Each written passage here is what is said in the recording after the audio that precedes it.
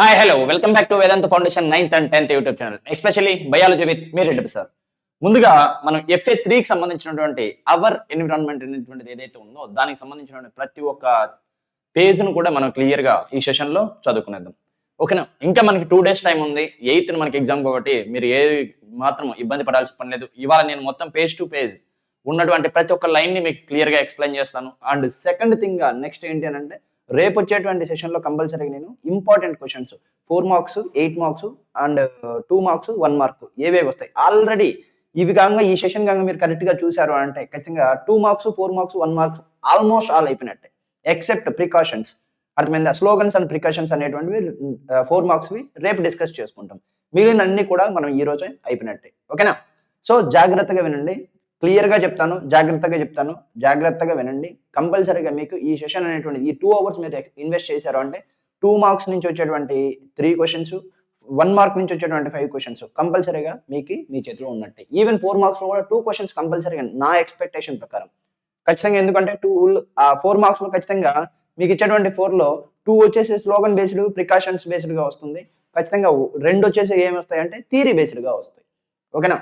So ఈ రకమైనటువంటి ఏవైతే 2 ఉన్నాయో అవి కూడా ఈ రోజే కవర్ అయిపోతాయి. ఇంకా 8 marks గురించి మాట్లాడితే మీరు ఇబ్బంది పడాల్సిన పనే లేదు. ఈ రోజు మీరు ఏదైతే చదువుతున్నటువంటి ఉన్నాయో ఈ రోజు సెషన్ అనేటువంటి మీరు కరెక్ట్గా చూసారు అంటే ఆటోమేటిక్గా మీకు 8 marks అనేటువంటి పక్కాగా వస్తాయి.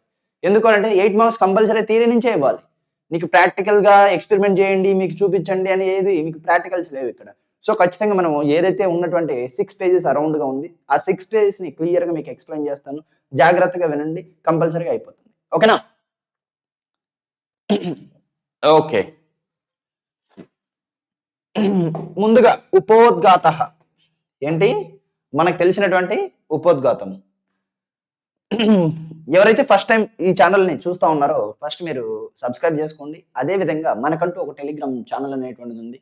ఆ ఛానల్ యొక్క లింక్ ఎక్కడ ఉంది సార్ మరి జాయిన్ అవ్వడానికి అని అంటే ఇదిగోండి ఇక్కడ ఉన్నటువంటిది ఈ క్యూఆర్ని మీరు గంగా స్కాన్ చేస్తే కంపల్సరీగా మీకు మన టెలిగ్రామ్ ఛానల్ యొక్క గ్రూప్ అనేటువంటిది విజిబుల్ అవుతుంది. జస్ట్ జాయిన్ అని కొట్టంగానే మీరు జాయిన్ అయిపోతారు. మరి దానివల్ల యూజ్ ఏంటి సార్ నాకు? దాన్ని కూడా మాట్లాడతాను. యూజ్ ఏంటి అనేటువంటి దాని గురించి మనం మాట్లాడితే అక్కడ మనకి పీడిఎఫ్ నోట్స్ అనేటువంటివి సంబంధించినటువంటి ఏవైతే ఉన్నాయో అవన్నీ కూడా అక్కడ ఉండడం జరుగుతుంది. తర్వాత సెకండ్గా లైవ్ సెషన్స్ యొక్క అప్డేట్స్ ఎప్పుడు ఏ రోజు ఏ సెషన్ జరుగుతుంది అనేటువంటిది కూడా మనకి ఎక్కడ ఉంటుందంటే అక్కడే అవైలబుల్లో ఉంటుంది. తర్వాత ఇంపార్టెంట్ అనౌన్స్మెంట్స్ ఏవైనా కానీ సడన్గా ఇప్పుడు సపోజ్ మీకు FA3కి ఉంది, నేను యాక్చువల్గా అయితే తీసుకోకూడదు అనుకున్నాను. ఎందుకు?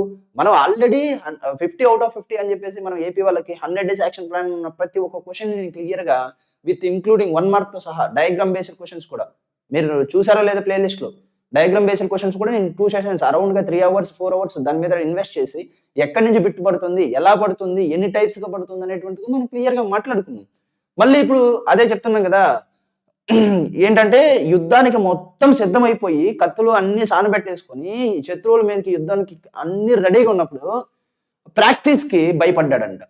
ప్రాక్టీసింగ్కి అర్థమైందా? అంటే మనలోకే జస్ట్ ప్రాక్టీసింగ్ పొద్దున లేచి 1 గంట అట్లా ప్రాక్టీస్ చేస్తారు, దాన్ని చూసి భయపడ్డారంట. ఆ మాదిరిగా సార్ FA3కి చెప్పండి, FA3కి చెప్పండి. ఎందుకు నాన్న? మనం ఆల్రెడీ ఆబ్వియస్గా ఏదానికి ఫైనల్ ఎగ్జామ్ కావాల్సినటువంటి బయాలజీకి సంబంధించిన ప్రతి ఒక్కటి మనం మాట్లాడేసుకున్నాం. క్వశ్చన్ పేపర్ ప్యాటర్న్ మాట్లాడుకున్నాం. క్వశ్చన్ పేపర్లో ఏవి ఇంపార్టెంట్, ఏ సబ్జెక్ట్లో ఏది, తర్వాత ఈ చాప్టర్ వైజ్ ఏంటి అనేది ప్రతి ఒక్కటి మాట్లాడుకున్న తర్వాత మనకెందుకు భయము? ఓకేనా? మీరు గ్రాడ్యువల్గా సరే FA3 అనడం వల్ల ఓకే సరే దాని మీద తీసుకుందాము అని చెప్పేసి ఇవాళ మీకు వచ్చి తీసుకుంటున్నాను. ఓకేనా? నేనైతే మిమ్మల్ని అయితే ఎలా తయారు చేద్దాం అనుకుంటున్నానంటే యుద్ధంలో ఖచ్చితంగా ఎంత శత్రువు ఎంత బలవంతుడైనా కానీ అంటే క్వశ్చన్ పేపర్ ఎంత కష్టమైనా రాని కంపల్సరీగా మనము 50 out of 50 నాకు వస్తాయి అనే ధైర్యంగా మీరు ఎగ్జామ్ హాల్కి వెళ్ళి అలా ప్రదర్శించి ఖచ్చితంగా మీరు బయటికి రావాలని నేను ఇంటెన్షన్గా అనుకుంటున్నా. బట్ మీరేంటి అని అంటే వస్తున్నటువంటి శత్రువు రాక ముందుగానే మీరు అమ్మో యుద్ధం, అమ్మో భయం, అమ్మో ఎగ్జామ్. ఎందుకు అవన్నీ? నువ్వు చదివావని నమ్మకం నీకు ఉందా లేదా? ఉంటే ధైర్యంగా వెళ్ళిపో.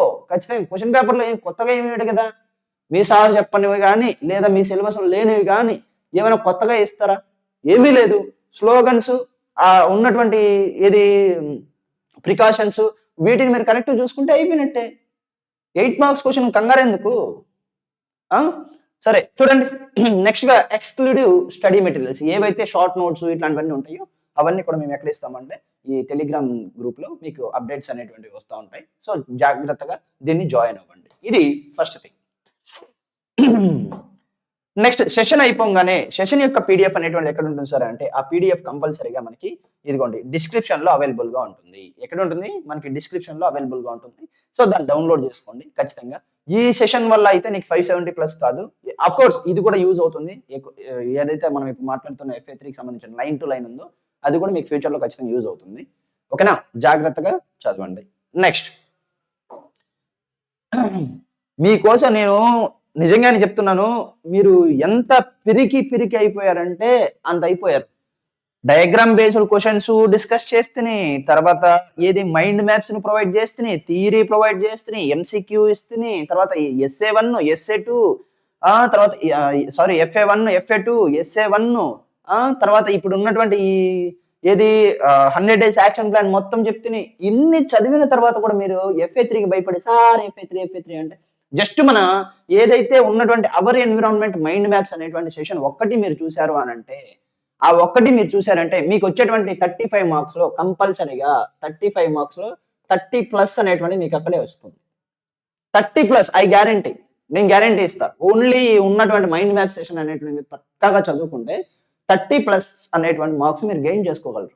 మరి అంత ఎఫిషియెంట్ మెటీరియల్స్ మీ దగ్గర ఉన్నప్పటికీ, కంటెంట్ మీ దగ్గర ఉన్నప్పటికీ కూడా మీరు భయపడుతున్నారు. ఎందుకు భయపడుతున్నారో నాకు అర్థం కావట్లేదు. మీ సైడ్ నుంచి ప్రాపర్ ప్రిపరేషన్ లేదా? నా సైడ్ నుంచి మీకు చెప్పేటువంటిది మీకు అర్థం కావట్లేదా? ఓకే, చూడండి ఇది ఖచ్చితంగా మీరు hour environment and mind maps ఏదైతే ఉందో అవన్నీ చూడండి. ఖచ్చితంగా అది చూస్తే మీకు ఖచ్చితంగా యూజ్ అవుతుంది. 30+ మార్క్స్ అనేటువంటి ఆ ఒక్క సెషన్ వల్లనే వస్తుంది. కంగారు ఏం పడద్దు, ప్రతి ఒక్కటి కవర్ చేసుకున్నాం అక్కడ. విత్ ఇన్ 40 minutes లోనే మొత్తం చాప్టర్ని మొత్తం ఏదైతే మనకి ఇంపార్టెంటో అవన్నీ కంప్లీట్ చేసుకున్నాం. ఓకేనా? సరే, ఇప్పుడు పేజ్ 1 గురించి మాట్లాడుకుందాం. ఓకే, సరే చూడండి పేజ్ 1 ఏంటి?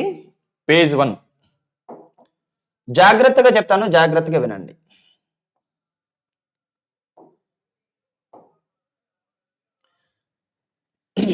కనబడుతుందా? Okay, very good. Yes, clear.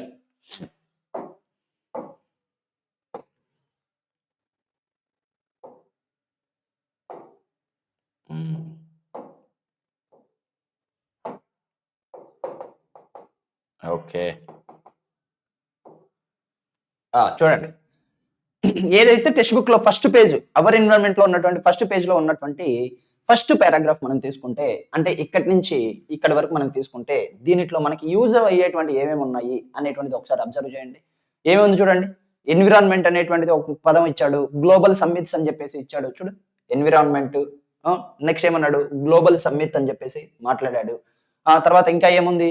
Various components అన్నాడు. ఏంటి? Various components in the environment అన్నాడు సింపుల్ గా. ఓకేనా? తర్వాత ఇంటరాక్ట్ విత్ ఈచ్ అదర్ అన్నాడు. ఏది ఏమైనా కానీ ఇక్కడ ఈ పారాగ్రాఫ్ లో మనకి ఏమని చెప్పాడంటే ఎన్విరాన్మెంట్ అనేటువంటి వర్డ్ ని యూజ్ చేశాడు. ఏంటి? ఎన్విరాన్మెంట్ అనేటువంటి వర్డ్ ని యూజ్ చేశాడు. ఎన్విరాన్మెంట్ అంటే ఏంటి అనేటువంటిది మీకు తెలియాలి. అర్థమైందా? ఏంటి ఎన్విరాన్మెంట్ అంటే? ఎన్విరాన్ అనేటువంటి పదానికి అర్థం ఏంటంటే సరౌండింగ్స్. మన చుట్టుపక్కల ఉన్నటువంటి ఏవైతే మనకు ఉన్నాయో వాటిని మనం ఏమంటామంటే ఎన్విరాన్మెంట్ అంటాం. అంటే నథింగ్ బట్ అవర్ సరౌండింగ్.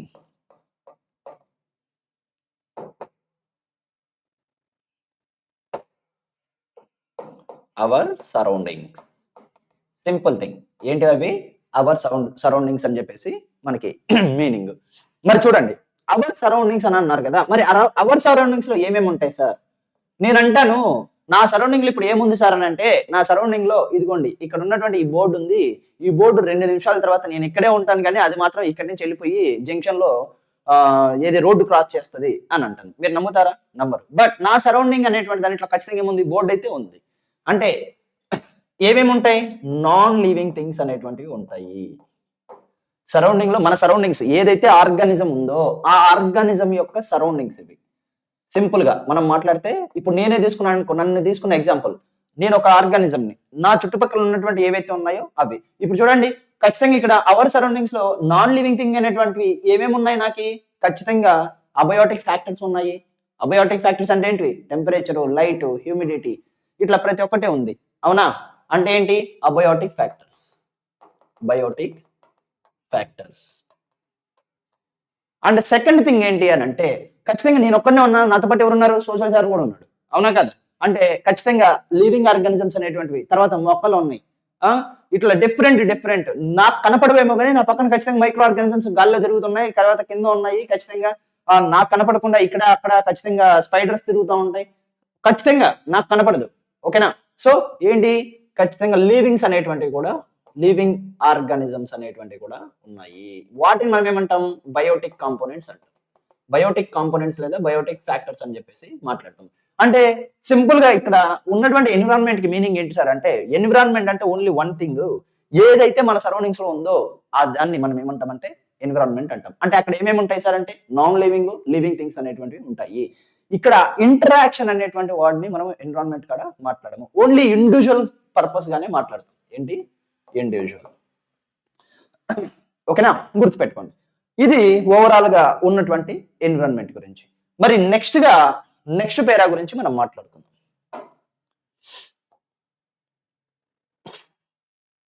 చూడండి నెక్స్ట్ ఏముంది? ఇప్పటి వరకు ఏం మాట్లాడుకున్నాం? ఎన్విరాన్మెంట్ అనేటువంటి దాని గురించి క్లియర్ గా మాట్లాడుకున్నాం. నెక్స్ట్ ఏముంది? 13.1 లో అవర్ ఎకోసిస్టమ్ అనేటువంటి దాని గురించి మాట్లాడుకున్నాం. ఏంటి? అవర్ ఎకోసిస్టమ్ అనేటువంటి దాని గురించి క్లియర్ గా మాట్లాడుకున్నాం. అవర్ ఇది ఫస్ట్ దాంట్లో ఆ పైన పారాగ్రాఫ్ లో ఎన్విరాన్మెంట్ అనేటువంటి దాని గురించి మాట్లాడుకున్నాం. ఇప్పుడు ఎన్విరాన్మెంట్ లో భాగంగా ఎకోసిస్టమ్ అనేటువంటి దాని గురించి మాట్లాడుకుందాం. ఏంటి? ఎకోసిస్టమ్, దానిలో ఉండేటువంటి ఏవైతే కాంపోనెంట్స్ ఉన్నాయో అవి. ఒక్కసారి చూడండి, ఈ లైన్స్ అన్ని మీరు చదివితే సింపుల్ గా మనకి ఏమనిపిస్తుంది?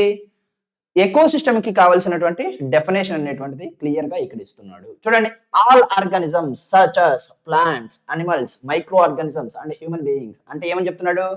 ఇది బయోటిక్. ఏంటివి? బయోటిక్ ఆర్గానిజమ్స్ లేదా బయోటిక్ ఫ్యాక్టర్స్. Biotic factors. ఓకేనా? ఏంటి? Biotic factors. తర్వాత as well as physical surroundings. Simple thing, physical surroundings అంటే nothing but abiotic factors. Abiotic factors. But ఇక్కడ వచ్చిందయ్యా, ఏమొచ్చింది? ఎన్విరాన్మెంట్ లో ఇవి అవి ఉన్నాయి, కానీ ఇంటరాక్షన్ జరుగుతుందంటే జరగచ్చు, జరగకపోవచ్చు. బట్ ఇక్కడ మాత్రం ఎకోసిస్టమ్ లో అవి ఏంటివి అంటే ఇంటరాక్షన్ అనేటువంటిది జరుగుతుంది. కంపల్సరీగా ఇంటరాక్షన్ అనేటువంటిది మాట్లాడతాం. ఎవరితో ఇంటరాక్ట్ అవుతుంది?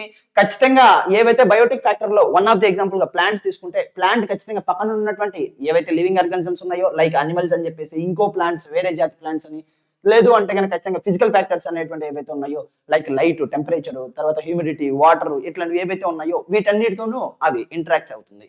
ఇంటరాక్ట్ అవ్వడం అనేటువంటిది కంపల్సరీగా అక్కడ ఇంపార్టెంట్. మరి ఎందుకు ఇంటరాక్ట్ అవుతుంది సార్ అంటే చూడండి, maintain a balance in nature. ఏదానికి? నేచర్ లో బ్యాలెన్స్ అనేటువంటి మెయింటైన్ చేయడానికి ఇక్కడ ఇది జరుగుతుంది అనమాట. ఏది? ఇంటరాక్షన్ అనేటువంటి జరుగుతుంది. ఇది చాలా చాలా ఇంపార్టెంట్. ఓకే, సింపుల్ గా ఎకోసిస్టమ్ అంటే ఏం చెప్పేస్తారంటే interaction between biotic and non biotic factors for maintaining the balance in the nature. Simple thing. అర్థమైందా? ఇది రాస్తే మీరు ఎకోసిస్టమ్ అనేటువంటిది అయిపోయినట్టే. నెక్స్ట్ చూడండి, అలానే మనం మాట్లాడితే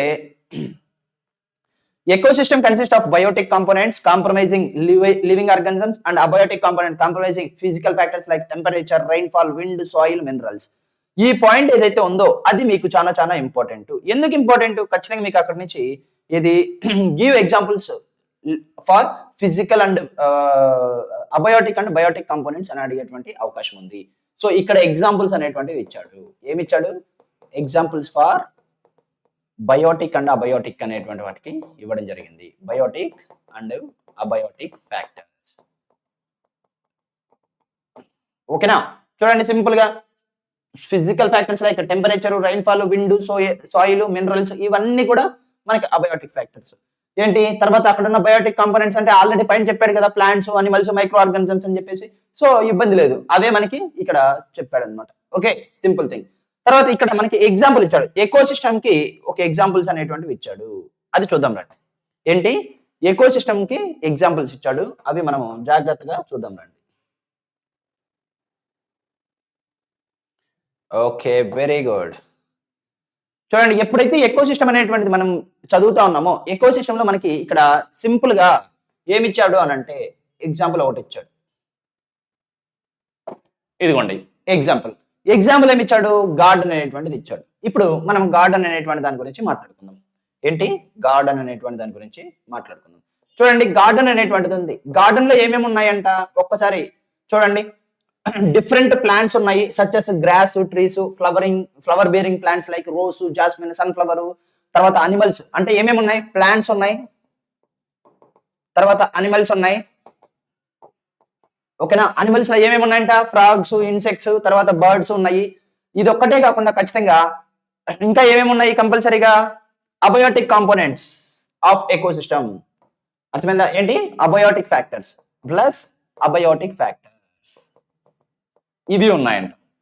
ఇప్పుడు ఏంటంటే ఈ గార్డెన్ ఏదైతే ఉందో, ఈ గార్డెన్ లో ఉన్నటువంటి ప్లాంట్స్ కావచ్చు, అనిమల్స్ కావచ్చు, అవి ఖచ్చితంగా ఏమవుతాయి సార్ అంటే ఒకదానితో ఒకటి పరస్పరంగా ఖచ్చితంగా అవి ఏంటి ఇంటరాక్షన్ అనేటువంటి జరుగుతాయి. అందుకే చూడండి ఇక్కడ సింపుల్ గా all these living organisms interact with అన్నాడు. ఏమవుతుంది? ఒకదానితో ఒకటి ఇంటరాక్ట్ అవుతుంది అంటే ఖచ్చితంగా ఇక్కడ ఇంటరాక్షన్ అనేటువంటి దాన్ని మనము ఖచ్చితంగా జాగ్రత్తగా చూస్తాము. ఓకేనా? అంటే ఏ దాంట్ల మధ్య? ప్లాంట్స్ మధ్య, అనిమల్స్ మధ్య.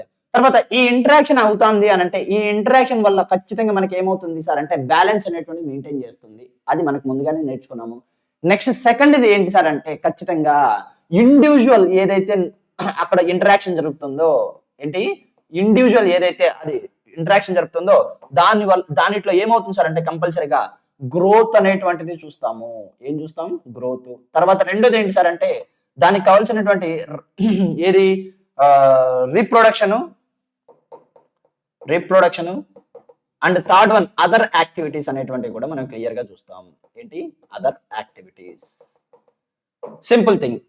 అదే ఇండివిజువల్ గా మాట్లాడకుండా అందరితో అన్ని కలిపి మాట్లాడినామనుకో, అప్పుడు దానికి ఏమవుతుంది? బ్యాలెన్స్ అనేటువంటిది వస్తుంది. అదే ఇండివిజువల్ గా మాట్లాడినామనుకో, ఇండివిజువల్ గా వచ్చేది ఏంటంటే గ్రోత్, రీప్రొడక్షన్, అదర్ యాక్టివిటీస్ అనేటువంటివి ఏవైతే ఉన్నాయో అవన్నీ కూడా మనకి క్లియర్ అవుతుంది. ఓకేనా? గుర్తుపెట్టుకోండి, ఆ పాయింట్ చాలా చాలా ఇంపార్టెంట్. ఫర్ ఎగ్జాంపుల్ గా సింపుల్ గా చెప్తాను. ఒక ఫ్రాగ్ అనేటువంటిది తీసుకున్నాం. ఫ్రాగ్ అనేటువంటిది ఖచ్చితంగా నేను తీసుకున్నప్పుడు దానికి ఏం కావాలి? తిండి కావాలి. తిండి కావాలంటే ఖచ్చితంగా ఇది ఇన్సెక్ట్స్ తింటుంది. సో ఇన్సెక్ట్స్ ఎక్కడ ఉంటాయి? ఖచ్చితంగా చిన్న చిన్న మొక్కల మీద వాలేటువంటి అవి అన్నమాట. సో ఇదేం చేస్తుంది? దాన్ని తినేస్తుంది. ఇప్పుడు నేను ఫ్రాగ్ పరంగా మాట్లాడితే అంటే ఫ్రాగ్ అనేటువంటిది ఒక ఇండివిజువల్. ఆ ఇండివిజువల్ పరంగా నేను మాట్లాడితే నాకేమవుతుంది? గ్రోత్ అనేటువంటిది ఫ్రాగ్ లో ఉంటుంది. ఎందుకు? తింటుంది కాబట్టి. తర్వాత దానిట్లో మెటబాలిజం అనేటువంటిది జరిగి దానికి కావాల్సినటువంటి ఏవైతే హార్మోన్స్ ఉన్నాయో, లేదా దానికి కావాల్సినటువంటి మజిల్స్ కానీ, దానికి కావాల్సినటువంటి ఫుల్ బాడీ గ్రోత్, లేదా మెచ్యూరిటీకి కావాల్సినటువంటి ఏవైతే ఉన్నాయో, లేదా రీప్రొడక్షన్ ఇన్వాల్వ్ అవ్వాలంటే కావాల్సినటువంటి ఎనర్జీ ఏదైతే ఉందో అదంతా కూడా ప్రొడ్యూస్ అవుతుంది. అంటే ఏమవుతుంది? కంపల్సరీగా దానిట్లో రీప్రొడక్షన్ అనేటువంటిది కూడా అవ్వడానికి ఛాన్సెస్ అనేటువంటివి ఉన్నాయి. ఛాన్సెస్ ఉండడం కాదు, ఖచ్చితంగా అవుతుంది. అర్థమైందా? అది సృష్టి ధర్మము. నెక్స్ట్ ఏంటి? Other activities nothing but digestion అని, రెస్పిరేషన్ అని, ఇట్లాంటి ఏవైతే లైఫ్ ప్రాసెసెస్ ఉన్నాయో అవన్నీ కూడా మీకు జరగడం అనేటువంటి చూస్తాము అని చెప్పేసి వాటన్నిటిని మెన్షన్ చేయకుండా అదర్ యాక్టివిటీస్ అని చెప్పి సింపుల్ గా మాట్లాడినాడు. ఓకేనా? అక్కడికి అది. ఇప్పుడు ఇండివిజువల్ గా నేను మాట్లాడట్లేదు, ఓవరాల్ గా గార్డెన్ లో జరిగేటువంటి ప్రతి ఒక్క ఫ్రాగ్ ఉంది, ఇది ఒక్కదానితోనే నేను మాట్లాడట్లేదు. ఈ ఫ్రాగ్ వల్ల జరిగేటువంటి ఏవైతే ఇంటరాక్షన్స్ ఉన్నాయో ఆ ఇంటరాక్షన్స్ అన్నిటిని మాట్లాడనుకో, అప్పుడు మనకి ఏంటి? బ్యాలెన్స్ అనేటువంటిది వస్తుంది. ఫర్ ఎగ్జాంపుల్ ఫ్రాగ్ అనేటువంటి దాన్ని పాము తినచ్చు, అవునా కదా? లేదా ఇదే ఫ్రాగ్ అనేటువంటి దాన్ని డైరెక్ట్ గా ఈగలు వచ్చి తినేయచ్చు, లేదు ఆ గార్డెన్ లో ఉన్నటువంటి ఆవులు వచ్చి తినేయచ్చు. అంటే ఏంటి? ఇండివిజువల్ గా కాకుండా ఓవల్ మొత్తం అన్నిటి ఇంటరాక్షన్స్ వల్ల మాట్లాడితే బ్యాలెన్స్ అవుతుంది. బట్ ఇండివిజువల్ గా మనం మాట్లాడితే ఖచ్చితంగా గ్రోత్, రీప్రొడక్షన్, లైఫ్ ప్రాసెస్ అనేటువంటి ఏవైతే అదర్ యాక్టివిటీస్ ఉన్నాయో అవన్నీ కూడా మెయింటైన్ అవుతుంది. Simple thing. అర్థమైందా? అక్కడ ఆ పాయింట్ అనేది మీరు జాగ్రత్తగా గుర్తుపెట్టుకోవాలి. ఓకే, నెక్స్ట్ చూడండి. అదే విధంగా ఇక్కడ ఎగ్జాంపుల్ ఇచ్చాడు. ఏమిచ్చాడు ఎగ్జాంపుల్? ఒకసారి మీరు కానీ గమనిస్తే ఇక్కడ చూడండి, ఏ garden is an eco system అన్నాడు. ఏంటి? గార్డెన్ అనేటువంటిది ఎకో సిస్టమ్ కి ఎగ్జాంపుల్ అన్నాడు. ఫస్ట్ ఎకో సిస్టమ్ గా ఉండాలి అంటే ఖచ్చితంగా అక్కడ ఏమి ఉండాలి సార్ అనేటువంటి ఒక్క పాయింట్ మీరు గుర్తుపెట్టుకోండి. ఎప్పుడైనా ఇట్లా ఉన్నటువంటి ఈ గార్డెన్ ని అతను ఏమన్నాడు? ఎకో సిస్టమ్ అన్నాడు. ఎకో సిస్టమ్ అవ్వాలి అంటే ఖచ్చితంగా దానిట్లో ఏమి వేయాలంటే సెల్ఫ్ సస్టైన్ అనేటువంటిది రావాలి. ఏంటి? సెల్ఫ్ సస్టైన్ క్యాపబిలిటీ ఉండాలి. సెల్ఫ్ సస్టైన్ అంటే ఏదైతే ఆర్గానిజమ్స్ వాటి లోపల ఉన్నాయో ఈ ఆర్గానిజమ్స్ అన్ని కూడా ఒకదానితో ఒకటి ఇంటరాక్ట్ అవుతున్నప్పుడు వాటి యొక్క కావాల్సినటువంటి ఈ చర్యలన్నిటినీ జరుపుకోగలుగుతుందా లేదా, అలా స్టెబిలిటీగా ఉండగలుగుతుందా లేదా అనేటువంటిది మనకి ఇంపార్టెంట్. అట్లా నాట్ అబౌట్ ఎకోసిస్టమ్, అక్కడ ఉన్న ఇండివిజువల్స్ గురించి మాట్లాడుతున్నా. ఎకోసిస్టమ్ నీకు పెర్మనెంట్ అవ్వచ్చు, టెంపరీ అవ్వచ్చు, అవి సెకండరీ పక్కనేటేయండి. But I talking about specifically regarding the వాటి యొక్క ఇండివిజువల్స్ గురించి మాట్లాడుతున్నాం. ఇండివిజువల్ అనేటువంటి అక్కడ స్టెబుల్ గా బతకగలదా, లేకుంటే అక్కడ నుంచి మళ్ళీ వలసపోవాల్సిన అవసరం ఏమైనా వస్తుందా, ఇట్లాంటివన్నీ పరిగణన చేసుకున్నప్పుడు ఖచ్చితంగా సెల్ఫ్ సస్టైనబిలిటీ అనేటువంటిది ఉండాలి. అంటే అక్కడ ఉండి ఆ ఇంటరాక్షన్స్ వల్ల ఆ ఆర్గానిజం ఖచ్చితంగా బతకగలిగేటువంటి నేచర్ ఉండాలి. అటువంటి వాటిని మనం ఏమంటామంటే ఎకో సిస్టమ్స్ అని అంటాం. ఓకేనా? వీటి గురించి పెక్యులర్ గా మీరు ఇంటర్మీడియట్ చదువుకుంటారు, కంగారు పడద్దండి. ఈ మాత్రం మీరు గుర్తుపెట్టుకుంటే చాలు. ఆ వర్డ్ ఏంటి? సెల్ఫ్ సస్టైన్ అనేటువంటిది కంపల్సరీగా ఉండాలి. ఆ పాయింట్ మీకు చాలా చాలా ఇంపార్టెంట్. ఇక్కడ చూడండి, ఎకో సిస్టమ్ అనేటువంటిది ఆల్రెడీ గార్డెన్ ఎకో సిస్టమ్ అన్నాడు కదా, అంటే ఏముంది అక్కడ? ఖచ్చితంగా సెల్ఫ్ సస్టైన్ అనేటువంటివి ఉంది. ఓకేనా? ఆ ఇంటరాక్షన్స్ ఏం చేస్తున్నాయి? ఆ ఆర్గానిజమ్స్ సెల్ఫ్ సస్టైన్ అయ్యేదానికి ఉపయోగపడుతున్నాయి. Simple thing. నెక్స్ట్ చూడండి, నెక్స్ట్ ఏమి ఇచ్చాడు? Other types of ecosystems or forest, ponds, lakes అని ఇచ్చాడు. ఆ రెండే ఇచ్చాడా? అవి కూడా కాదు, ఇంకా ఇక్కడే ఇచ్చాడు గార్డెన్స్, క్రాప్ ఫీల్డ్స్ అని కూడా ఇచ్చాడు. అంటే ఇప్పుడు ఏంటి, సింపుల్ గా మీరు గుర్తుపెట్టుకోవాల్సింది ఏంటంటే ఆర్టిఫిషియల్ తర్వాత ఏది types of ecosystem, artificial ఎకో సిస్టమా లేదా న్యాచురల్ ఎకో సిస్టమా అనే పాయింట్ ని ఇక్కడ మీకు హైలైట్ చేస్తున్నాడు. చూడండి, న్యాచురల్ ఎకో సిస్టమ్స్ అనేటువంటిది ఇక్కడ చెప్పాడు, తర్వాత ఇక్కడ ఆర్టిఫిషియల్ ఎకో సిస్టమ్ అని చెప్పాడు. ఇప్పుడు న్యాచురల్ అంటే ఏంటి, ఆర్టిఫిషియల్ అంటే ఏంటి అనేటువంటిది ఒకసారి మనం మాట్లాడదాం. ఏంటి న్యాచురల్ అంటే ఏంటి, ఆర్టిఫిషియల్ అంటే ఏంటి ఒకసారి చూడండి. ఏదైతే మనకి ఎకో సిస్టమ్స్ అనేటువంటి ఉన్నాయో ఈ ఎకో సిస్టమ్స్ ఎన్ని టైప్స్ సార్ అంటే 2 టైప్స్. ఏంటంటే అవి, ఒకటేమో న్యాచురల్, రెండోదేమో ఆర్టిఫిషియల్. ఏంటి? ఆర్టిఫిషియల్. మరి న్యాచురల్ లో ఏంటి సార్ అంటే, న్యాచురల్ అంటే మ్యాన్ యొక్క ఏంటి, మ్యాన్ యొక్క ఇన్వాల్వ్మెంట్ జీరో. మరి what about the involvement zero అంటే ఇంటరాక్షన్ లో మ్యాన్ ఉండడం అని కాదు, ఆ తయారవ్వడానికి, ఆ ఎకో సిస్టమ్ ఫార్మ్ అవ్వడానికి, ఆ ఎకో సిస్టమ్ సస్టైన్ అవ్వడానికి హ్యూమన్ అనేటువంటి అతను కారణం కాదు. అది ఇంపార్టెంట్. అర్థమైందా? అంతేగాని హ్యూమన్ అక్కడ ఉన్నాడు కదా, అక్కడ ఇంటరాక్షన్ జరుగుతున్నాడు కదా, సో అది ఆర్టిఫిషియల్ అయింది అని అంటే అది కాదు. అర్థమైందా? ఇంటరాక్షన్ లో హ్యూమన్స్ ఉండొచ్చు, but the formation of the eco system అనేది మాట్లాడినప్పుడు ఖచ్చితంగా అక్కడ ఎవరు ఉండకూడదు అని అంటే మ్యాన్ అనేటువంటి అతను ఉండకూడదు. అర్థమైందా? అందుకే వాటికి ఎగ్జాంపుల్ చూడండి, ఫారెస్ట్. ఫారెస్ట్ అనేటువంటి హ్యూమన్ వెళ్ళి ఒక్కొక్క గింజని నాటి వాటి పెద్ద అయ్యేంత వరకు వాటి నీళ్లు ఇచ్చి, న్యూట్రియంట్స్ ఇచ్చి, తర్వాత అక్కడ ఉన్నటువంటి ఆ సర్కమ్స్టాన్సెస్ అన్నిటిని, అంటే వేరే ఏవైనా కానీ లివింగ్ ఆర్గానిజం వచ్చి వాటిని తినేయకుండా అట్లా కాపాడలేదు, వాటంతకు అవి పెరిగాయి. అర్థమైందా? Simple thing. పాండ్స్, తర్వాత లేక్స్ కూడా వాటంతకు అవే వాటర్ వస్తాయి, అక్కడ చేపలు పెరుగుతాయి, వాటంతకు అవే ఆల్గే పెరుగుతుంది, ఇట్లా డిఫరెంట్. సో అక్కడ మనం ఏమంటాము అంటే మ్యాన్ యొక్క ఇన్వాల్వ్మెంట్ అనేటువంటిది దాని ఫార్మేషన్ లో జీరో. అది మనకి important. Next what about the artificial sir అంటే, ఆర్టిఫిషియల్ లో ఏంటి అని అంటే ఖచ్చితంగా మనిషి అనేటువంటి అతను ఆ ఎకో సిస్టమ్ అవసరమైనటువంటి ఏవైతే ఫిజికల్ స్ట్రక్చర్స్ ఉన్నాయో లేదా అక్కడ ఉన్నటువంటి బయోలాజికల్ కాంపోనెంట్స్ ఉన్నాయో అవన్నీ కూడా తను తయారు చేసి తను ఇన్వాల్వ్ అయ్యి తను ఇవ్వడం అనేటువంటి జరుగుతుంది. సో అది మనకి వెరీ వెరీ ఇంపార్టెంట్. అంటే చూడండి, ఆర్టిఫిషియల్ కంపల్సరీ ఏం జరుగుతుంది, మ్యాన్ యొక్క ఇన్వాల్వ్మెంట్ కంపల్సరీగా 90 to 100% తన వల్లే ఉంటుంది. సో సింపుల్ గా ఆర్టిఫిషియల్ లో ఏంటంటే మ్యాన్ ఇన్వాల్వ్డ్ లేదా మ్యాన్ మేడ్. సింపుల్. ఓకేనా? For example crop fields. Example ఏంటి? Crop fields, gardens. ఓకేనా?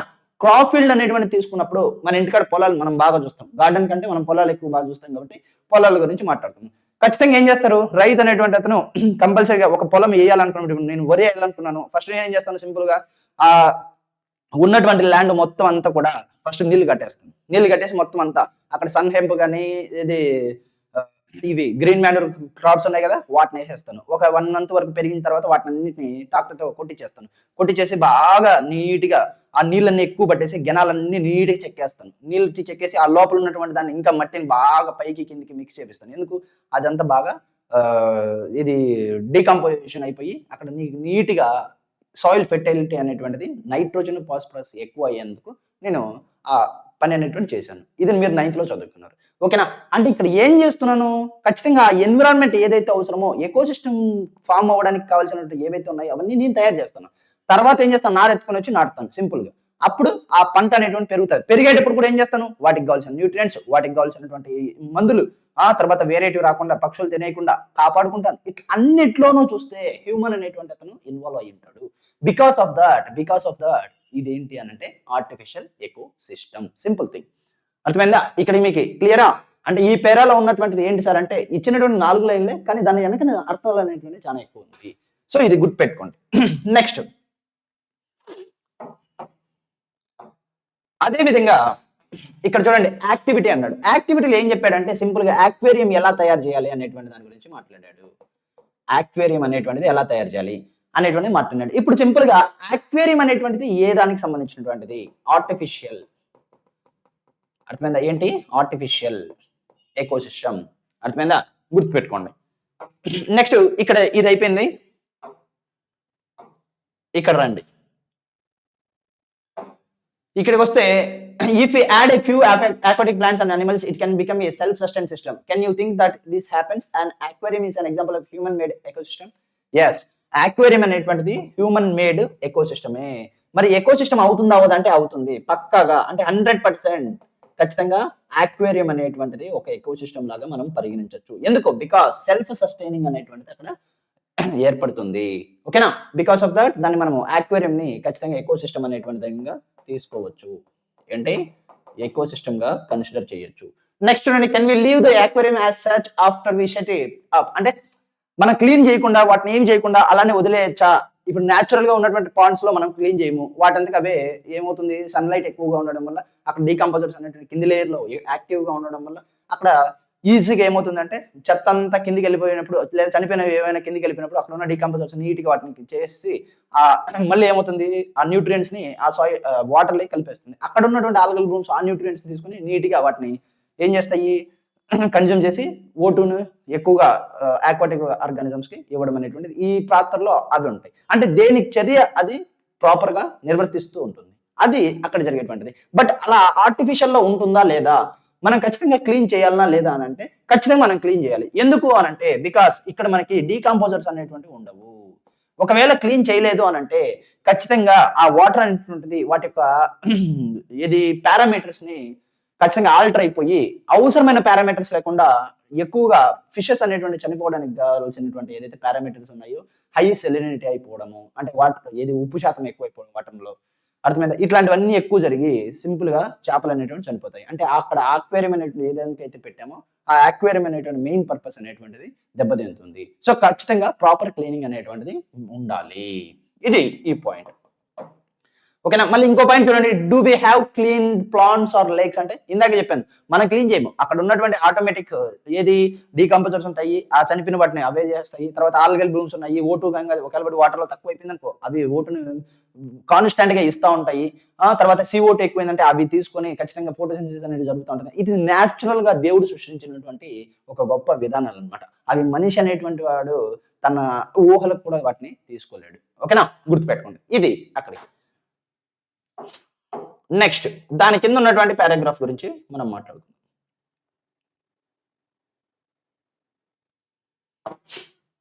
చూడండి నెక్స్ట్ ఏముంది, ఇప్పుడు ఏం మాట్లాడుతున్నాడు ఈ పారాగ్రాఫ్ లో అంటే ప్రొడ్యూసర్స్, కన్సూమర్స్, డీకంపోజర్స్ అనేటువంటి దాని గురించి మాట్లాడుకుంటున్నాడు. అసలు సార్ ఎలా లివింగ్ ఆర్గానిజమ్స్ ని ఇలా ప్రొడ్యూసర్స్ అని, తర్వాత ఇది కన్సూమర్స్ అని, డీకంపోజర్స్ అని చెప్పారు అని అంటే అక్కడ ఒక పాయింట్ అనేటువంటి చాలా చాలా ఇంపార్టెంట్. ఈ పాయింట్ మీరు చాలా జాగ్రత్తగా గుర్తుపెట్టుకోవాలి. ఆ పాయింట్ చూడండి, manner in which they obtain their sustenance, అంటే సస్టైనబిలిటీ కావాల్సింది లేదా బతకాలకు కావాల్సినటువంటి ఫుడ్ అనేటువంటిది అనమాట. సింపుల్. ఆ ఎన్విరాన్మెంట్ నుంచి ఏ విధంగా అవి ఫుడ్ అనేటువంటిది తీసుకుంటున్నాయి ఆ మేనర్ ని బట్టి మనం, అంటే ఇక్కడ ఏం గుర్తుపెట్టుకోవాలి, మేనర్ అనేటువంటి దాన్ని గుర్తుపెట్టుకోవాలి. ఓకేనా? Manner of food taking for the sustainability ఎక్కడి నుంచి, ఎన్విరాన్మెంట్ నుంచి. దాన్ని బేస్ చేసుకున్నప్పుడు మనకు ఆర్గానిజమ్స్ అనేటువంటివి ఎన్ని రకాలుగా డివైడ్ అయ్యాయి అంటే ఫస్ట్ వచ్చేసి ప్రొడ్యూసర్స్, సెకండ్ వచ్చేసి కన్సూమర్స్, థర్డ్ వచ్చేసి డీకంపోజర్స్ అని చెప్పేసి 3 టైప్స్ గా డివైడ్ అయింది. దాన్ని ఏమని గుర్తుపెట్టుకోవాలి, PCD. ఏం గుర్తుపెట్టుకోవాలి, PCD అని చెప్పేసి గుర్తుపెట్టుకోండి. సింపుల్ థింగ్, సరిపోయింది. నెక్స్ట్ చూడండి, అదే విధంగా కిందికి వస్తే ఇక్కడ ఒక చిన్న పాయింట్ మాట్లాడు. Which organisms can make organic compounds like sugar and starch from inorganic substances using the radiant energy of the. అంటే ఈ లైన్స్ అన్ని ఏవైతే ఇక్కడ ఉన్నటువంటి ఈ దాని గురించి మాట్లాడుతున్నాడో ఎక్కడి వరకు ఇదిగోండి చూడండి, ఇదిగో ఇక్కడ వరకు ఏ దాని గురించి మాట్లాడుతున్నాడంటే ప్రొడ్యూసర్స్ అనేటువంటి దాని గురించి మాట్లాడుతున్నాడు. అంటే ఫస్ట్ కేటగిరీగా ఏదైతే ఉన్నటువంటి ప్రొడ్యూసర్స్ ఉందో వాటి గురించి చెప్తున్నాడు. అంటే ఏం చెప్తున్నాడు, సింపుల్ గా ప్రొడ్యూసర్స్ అంటే ఏంటివి అనేటువంటి చెప్తున్నాడు. మరి ప్రొడ్యూసర్స్ అంటే ఏంటివి మనం చదువుకోవాలి కదా ఖచ్చితంగా. వాడు చెప్పినప్పుడు మనం వినకపోతే ఖచ్చితంగా అక్కడి నుంచి క్వశ్చన్ పడింది అనుకో ఏం చేస్తాము, ఖచ్చితంగా పక్కన వాళ్ళని అడుగుతాం, సార్ లేదా రే రే రే రే చూపిరా రే అని. ఆ అవసరం మనకెందుకు, టైం ఉన్నప్పుడు మనం నీట్ గా చదివి పెట్టుకోవాలి. చూడండి ప్రొడ్యూసర్స్ గురించి మాట్లాడుతున్నాం. ఏంటి ప్రొడ్యూసర్స్, ఎప్పుడైతే ప్రొడ్యూసర్స్ అనేటువంటిది మాట్లాడినానో ఇక్కడ చాలా చాలా ఇంపార్టెంట్. నాను ప్రొడ్యూసర్స్ లో ఖచ్చితంగా ఏంటివి, ప్రొడ్యూసర్స్ కి ఫస్ట్ ఎగ్జాంపుల్ చూడండి. ఎగ్జాంపుల్స్ ఏంటివి, ప్లాంట్స్, తర్వాత ఇదిగోండి ఇక్కడ ఇచ్చారు చూడండి, గ్రీన్ పిగ్ ప్లాంట్స్ అండ్ సెర్టైన్ బ్యాక్టీరియా. ఏంటివి, green plants and certain bacteria. ఈ రెండు మీరు గుర్తుపెట్టుకోవాలి ఖచ్చితంగా. ఓకే సరే సార్ మీరు చెప్పారు గుర్తుపెట్టుకున్నాము. నెక్స్ట్ ఏంటి, నెక్స్ట్ ఏం గుర్తుపెట్టుకోవాలి ఖచ్చితంగా చెప్తాను దాన్ని కూడా. ఇప్పుడు నెక్స్ట్ ఏం గుర్తుపెట్టుకోవాలంటే ఖచ్చితంగా సోర్స్ ఆఫ్ ఎనర్జీ. ఏంటి, source of energy. Source of energy ఏంటి, source of energy is nothing but sunlight. ఏంటది, సన్లైట్. సన్ నుంచి వచ్చేటువంటి సన్లైట్ ఏదైతే ఉందో అది మనకి సోర్స్ ఆఫ్ ఎనర్జీ అనేటువంటిది మీరు గుర్తుపెట్టుకోవాలి కంపల్సరీగా. ఇప్పుడు నెక్స్ట్ ఏముంది చూడండి, ఇక్కడ క్లియర్ గా ఇచ్చాడు ఏమని, can make organic compounds like sugar and starch అన్నాడు. ఏంటి అంటే ఎండ్ ప్రొడక్ట్స్ ఏంటివి అనేటువంటి మనకు తెలుసు. అంటే ఫోటోసింథసిస్ అనేటువంటి మీకు తెలుసు కాబట్టి మీకు ఇంకా చెప్పాల్సిన పని లేదు. నేను సింపుల్ గా చెప్తాను చూడండి, ఇన్ఆర్గానిక్ సబ్స్టాన్సెస్ అనేటువంటివి ఏంటి, ఇన్ఆర్గానిక్ సబ్స్టాన్సెస్ అనేటువంటిది ఖచ్చితంగా ఎలా మారుతుంది, ఆర్గానిక్ సబ్స్టాన్సెస్ లాగా మారుతుంది. ఎక్కడ, ప్రొడ్యూసర్స్ లో. ఏవేవి ఇన్వాల్వ్ అవుతున్నాయి, అక్కడ ఇన్వాల్వ్ అయ్యేటువంటి వాటి గురించి మీరు జాగ్రత్తగా గుర్తుపెట్టండి. ఇన్ఆర్గానిక్ సబ్స్టాన్సెస్ అనేటువంటివి ఆర్గానిక్ గా మారాలంటే ఖచ్చితంగా అక్కడ ఏముండాలి, పిగ్మెంట్ ఉండాలి. ఆ పిగ్మెంట్ ఏంటి, క్లోరోఫిల్. అవన్నీ మనము లైఫ్ ప్రాసెస్ లో చదువుకున్నాం. ఏంటి, పిగ్మెంట్. మళ్ళీ తర్వాత ఏముండాలి సార్, ఖచ్చితంగా అక్కడ రేడియంట్ ఎనర్జీ ఉండాలి. మరి రేడియంట్ ఎనర్జీ ఎక్కడి నుంచి వస్తుంది, రేడియంట్ ఎనర్జీ నేను ఇచ్చానా నువ్వు ఇచ్చావా, నువ్వు ఇస్తావా నేను ఇవ్వాలా, రేడియంట్ ఎనర్జీ ఎవరిస్తారు,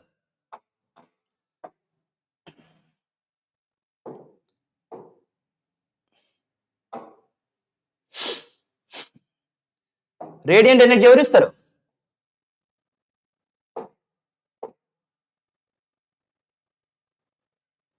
సన్ నుంచి రేడియంట్ ఎనర్జీ అనేటువంటిది రావడం జరుగుతుంది. అది నువ్వు ఇచ్చేది కాదు, నేను ఇచ్చేది కాదు, ఖచ్చితంగా ఆటోమేటిక్గా ఎక్కడి నుంచి వస్తుంది, అది సన్ నుంచి రేడియంట్ ఎనర్జీ అనేటువంటిది వస్తుంది. సో ఏం గుర్తుపెట్టుకోవాలి, ఆ పాయింట్ మీరు కంపల్సరీగా గుర్తుపెట్టుకోవాలి. అంటే ఇక్కడ నుంచి సన్ నుంచి వచ్చేటువంటి ఏదైతే సన్ లైట్ ఉందో ఆ సన్ లైట్ ని మనకి ఏమవుతుంది, సోర్స్ ఆఫ్ ఎనర్జీగా వస్తుంది. చూడండి ఆ పాయింట్ ని క్లియర్ గా చెప్పాడు ఇక్కడ. చూడండి ఇదిగో using the radiant energy from the sun అని చెప్పేసి క్లియర్ గా ఎక్స్ప్లెయిన్ చేశాడు. ఓకేనా, ఆ పాయింట్ ఇది. మరి ఇన్ఆర్గానిక్ సబ్స్టాన్సెస్ అనేటువంటి ఏంటివి ఆల్రెడీ మనకు తెలుసు, ఎక్కడ చదివాం, ఫోటోసింథసిస్ లో చదివాం. ఏంటివి, CO2 వాటర్.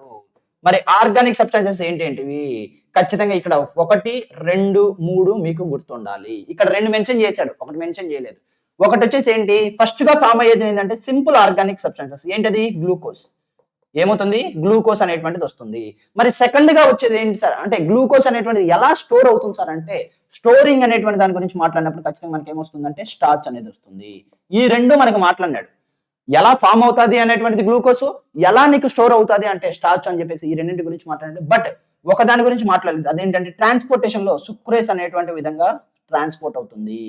ట్రాన్స్పోర్టేషన్ లో ఏ ఫామ్ లో అవుతుందంటే సుక్రోజ్ ఫామ్ లాగా అవుతుంది అని చెప్పేసి ఆ పాయింట్ మిస్ చేశాడు. బట్ ఈ రెండు అనేటువంటి మీరు గుర్తుపెట్టుకోవాలి, షుగరు స్టార్చ్. అక్కడితో ఆ ప్రొడ్యూసర్స్ ఉన్నటువంటి మొత్తం చరిత్ర అంతా అక్కడ మనం మాట్లాడేసాము. ఆ ఉన్నటువంటి ఆ పేర అయిపోయింది. నెక్స్ట్ చూడండి, ఇదిగోండి నెక్స్ట్ ఏంటిది, ఆర్గానిజం డిపెండ్ ఆన్ ప్రొడ్యూసర్స్. అంటే ఇక్కడ ఏదైతే మనం మాట్లాడుతున్నాడో ఈ ఉన్నటువంటి దాంట్లో ఖచ్చితంగా నెక్స్ట్ లెవెల్ అయినటువంటి ఏది PCDలో ప్రొడ్యూసర్స్ అయిపోతే ఏమొచ్చింది, ఏది కన్సూమర్స్ వచ్చింది. ఆ కన్సూమర్స్ అయిపోయిన తర్వాత ఏమొస్తుంది, డీకంపోజర్స్. ఇప్పుడు కన్సూమర్స్ గురించి మాట్లాడుతున్నాడు. ఏంటి, కన్సూమర్స్ గురించి మాట్లాడుతున్నాడు. అంటే ఏదైతే ఈ చరిత్ర అంతా ఇక్కడ ఉందో ఈ చరిత్ర ఇక్కడ ఉన్నటువంటి ఈ పేర మొత్తం అంతా కూడా ఏంటివి అని అంటే కన్సూమర్స్ అంటే ఏంటివి అనేటువంటి దాని గురించి మాట్లాడుతున్నాడు. What is mean by consumers.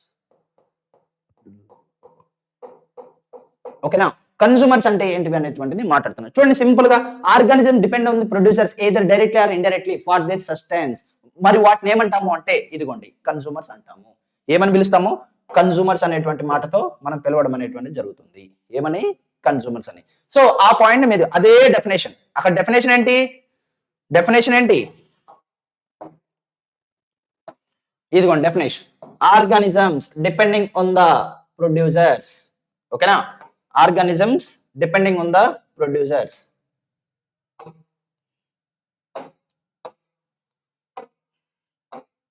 ఇదిగోండి organisms depending on the producers either directly or indirectly for the sustenance is called as consumers. Simple thing. ఓకేనా? ఆ పాయింట్ మీరు జాగ్రత్తగా గుర్తుపెట్టుకోండి. నెక్స్ట్ ఏమేమి మాట్లాడాడో ఒకసారి చూద్దాం. తర్వాత these organism which consume food produced either directly from అన్నాడు. ఇక్కడ కూడా డెఫినేషన్ ఇచ్చాడు. అదే పాయింట్ ని ఇక్కడ ఇచ్చాడు డెఫినేషన్. Consumers can be. ఇప్పుడు క్లాసిఫికేషన్ మాట్లాడుతున్నాడు. ఏమని? క్లాసిఫికేషన్, క్లాసిఫైడ్ వేరియస్లీ అని అన్నాడు. అంటే క్లాసిఫికేషన్ లో ఏమి కన్సూమర్స్ అనేటువంటి ఎన్ని టైప్స్ అనేటువంటి మాట్లాడుతున్నాడు. సో ఆ పాయింట్ గుర్తుపెట్టుకోండి. కన్సూమర్స్ అంటే ఫస్ట్ ఏం నేర్చుకున్నాము? ఖచ్చితంగా డెఫినేషన్ అనేటువంటిది మనకు నేర్చుకున్నాము. డెఫినేషన్ అయిపోయిన మరుక్షణం మనం ఏం నేర్చుకున్నాము? కంపల్సరిగా ఇప్పుడు క్లాసిఫికేషన్ అనేటువంటిది మనం నేర్చుకోవాలి. ఏం నేర్చుకోవాలి? ఖచ్చితంగా క్లాసిఫికేషన్. మరి క్లాసిఫికేషన్ అనేటువంటిది మాట్లాడినప్పుడు ఖచ్చితంగా ఏమేమి ఉంటాయి సార్ అనేటువంటిది మాట్లాడుకుందాం. క్లాసిఫికేషన్ అనేటువంటి దాని గురించి మాట్లాడినప్పుడు ఏమేమి ఉంటాయి అని చెప్పేసి ఒకసారి మాట్లాడదాం. క్లాసిఫికేషన్ లో ఏమేమి ఉంటాయి సార్ అంటే ఖచ్చితంగా చెప్పాను. హెర్బివోర్స్, కార్నివోర్స్, తర్వాత నెక్స్ట్ సెకండ్ ఏమిచ్చాడు? Omnivores, parasites. మనం థియరీ చెప్పేటప్పుడు క్లియర్ చెప్పాను. ఏమని? హెచ్ కాప్స్ అనేటువంటిది గుర్తుపెట్టుకోండి అని చెప్పాను. హెచ్ కాప్స్ అని. మరి హెచ్ అంటే ఏంటి? హెర్బివోర్. హెచ్ అంటే హెర్బివోర్. మరి సి అంటే ఏంటి? కార్నివోర్. సి అంటే కార్నివోర్. దెన్ వాట్ అబౌట్ ఓ? ఓ అంటే ఆమ్నివోర్. ఓ అంటే ఆమ్నివోర్. పి అంటే పారాసైట్స్. పి అంటే పారాసైట్స్. సింపుల్. ఓకేనా? ఈ పాయింట్లు మీకు ఇక్కడ మెన్షన్ చేయడం అనేటువంటి జరిగింది. Simple thing. ఆడికి అయిపోయింది. ఇప్పుడు డెఫినేషన్ చూడండి. హెర్బివోర్ అంటే ఏదైతే డైరెక్ట్ గా ప్లాంట్స్ మీద డిపెండ్ అవుతుందో, వాటిని మనం ఏమంటాము అంటే హెర్బివోర్స్ అంటాం. Then what about the carnivores? Carnivores అనేటువంటివి ఖచ్చితంగా హెర్బివోర్స్ తింటాయి. ఏం తింటుంది? ఫ్లెష్ అనేటువంటి దాన్ని తినేటువంటి వాటిని మనం ఏమంటామంటే హెర్బివోర్స్, ఏది కార్నివోర్స్ అంటాము. మరి ఫ్లెష్ ఈ ఫ్లెష్ ఎక్కడి నుంచి వస్తుంది? నథింగ్ బట్ ఆ హెర్బివోర్స్ ఏవైతే తింటున్నాయో వాటిని. అంటే హెర్బివోర్స్ దేని మీద డిపెండ్ అవుతున్నాయి? ప్లాంట్స్ మీద. అంటే ఇక్కడ డైరెక్ట్ గా కార్నివోర్స్ అనేటువంటి ప్లాంట్స్ మీద డిపెండ్ అవుతున్నాయా? ఇండైరెక్ట్ గానా? సో ఇండైరెక్ట్ గా. అంటే కార్నివోర్స్ అనేటువంటి కంపల్సరీగా ఇండైరెక్ట్లీ డిపెండెంట్ ఆన్ ప్లాంట్స్. ఆ పాయింట్ మీరు జాగ్రత్తగా గుర్తుపెట్టుకోవాలి. ఏంటి? ఇండైరెక్ట్ గా. Then what about the omnivores? Omnivores అంటే ఎయిదర్ నీకు ఏది ప్లాంట్స్ అయినా, అంటే ప్లాంట్స్ తినేటువంటి హెర్బివోర్స్ అయినా తింటాయి, అంటే ఫ్లెష్ అయినా తింటాయి, లేదు అంటే డైరెక్ట్ గా ప్లాంట్స్ అయినా తింటాయి. అంటే ఇక్కడ ఇన్వాల్వ్ అయ్యేదేంటి? డైరెక్ట్ ఆర్ ఇండైరెక్ట్ అనేటువంటిది రెండు వర్తిస్తుంది ఆమ్నివోర్స్ కి. Then what about the parasites? Parasites అంటే ఏంటంటే ఖచ్చితంగా వేరే హోస్ట్ ఆర్గానిజం మీద ఉంది. ఎయిదర్ దాని యొక్క లైఫ్ సస్టైనబిలిటీకి, లేదు అంటే కన్నా దానికి కావాల్సిన ఫుడ్ ఐటమ్స్ కి, ఆ రెండిటికి, లేదా షెల్టర్ కోసము అక్కడ ఉంటే వాటిని మనం ఏమంటామంటే పారాసైట్స్ అంటాం. సింపుల్ గా హోస్ట్ మీద ఉండి దానికి కావాల్సిన అవసరాలను అంతా కూడా తీర్చుకునేటువంటి వాటిని ఏమంటామంటే పారాసైట్స్ అంటాం. ఓకే, గుర్తుపెట్టుకోండి. మరి ఇవేంటి సార్ అంటే ఇది directly or indirectly dependent on plants. ఆ పాయింట్ ప్లాంట్స్ అనకూడదు, ప్రొడ్యూసర్స్ అనాలి. ఏంటివి? ప్రొడ్యూసర్స్. ఓకేనా? గుర్తుపెట్టుకోండి. ఆ పాయింట్ ఇక్కడ మనకి ఈ పారాగ్రాఫ్ లో ఇవ్వడం జరిగింది. సో ఇక్కడితో అది అయిపోయింది. నెక్స్ట్ అదే విధంగా కిందికి రండి.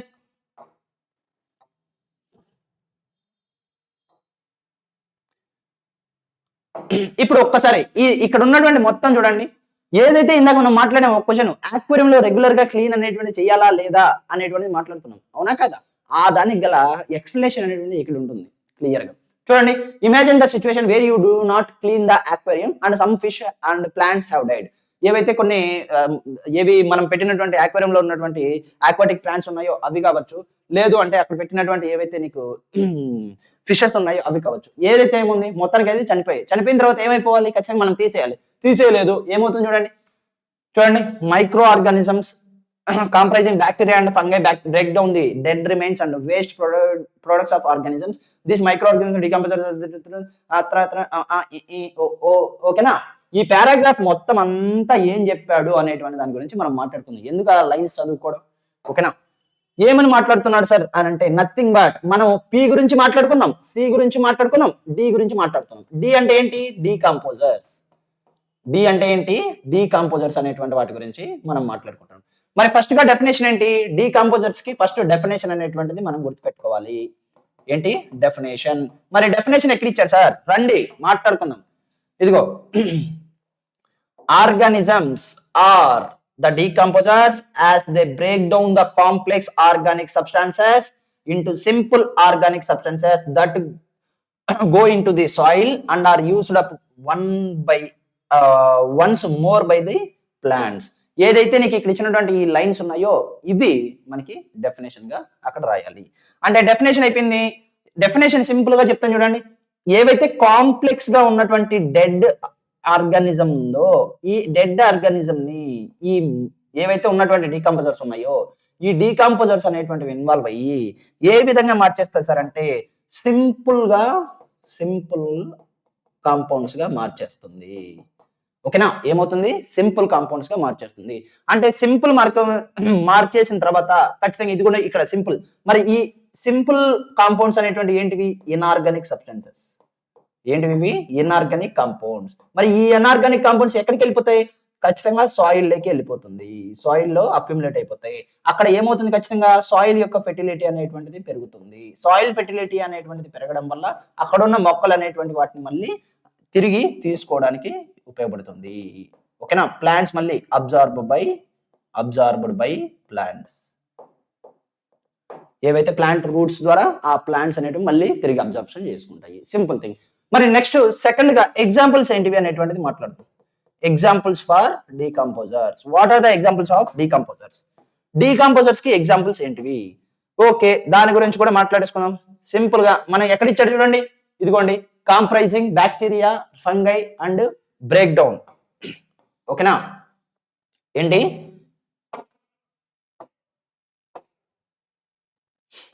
ఇదిగోండి ఇక్కడ ఇచ్చాడు బ్యాక్టీరియా అండ్ ఫంగై అనేటువంటి మాట ఏదైతే ఇచ్చాడో అవి మనం గుర్తుపెట్టుకోవాలి. ఓకేనా? Simple thing. అక్కడికి అది అయిపోయింది. ఏంటి? బ్యాక్టీరియా, ఫంగై ఈ రెండు ఇచ్చాడు కాబట్టి ఆ రెండు కంపల్సరిగా మీరు గుర్తుపెట్టుకోవాలి. మరి ఇక్కడ ఒక్కసారి చూడండి, ఈ పాయింట్ చూడండి, న్యాచురల్ రిప్లెనిష్మెంట్. అంటే న్యాచురల్ రిప్లెనిష్మెంట్ అనేటువంటిది ఏవి చేస్తాయి అంటే డీకంపోజర్ చేస్తాయి. యూజెస్ గురించి మాట్లాడుతున్నాడు. సో ఖచ్చితంగా థర్డ్ ఏం చూడాలి నువ్వు? యూజెస్ అనేటువంటి ఏవైతే ఉన్నాయో ఆ యూజెస్ గురించి మాట్లాడాలి. అంటే ఇవి ఏ విధంగా యాక్ట్ అవుతుంది? న్యాచురల్ రిప్లెనిష్మెంట్ గా యాక్ట్ అవుతుంది. ఖచ్చితంగా ఎందుకు? ఆల్రెడీ చెప్పాను, సాయిల్ లకి ఇన్ఆర్గానిక్ కంపౌండ్స్ ని మళ్ళీ తిరిగి రిలీజ్ చేస్తున్నాయి. ఎలా? Because of this break down. ఏవి?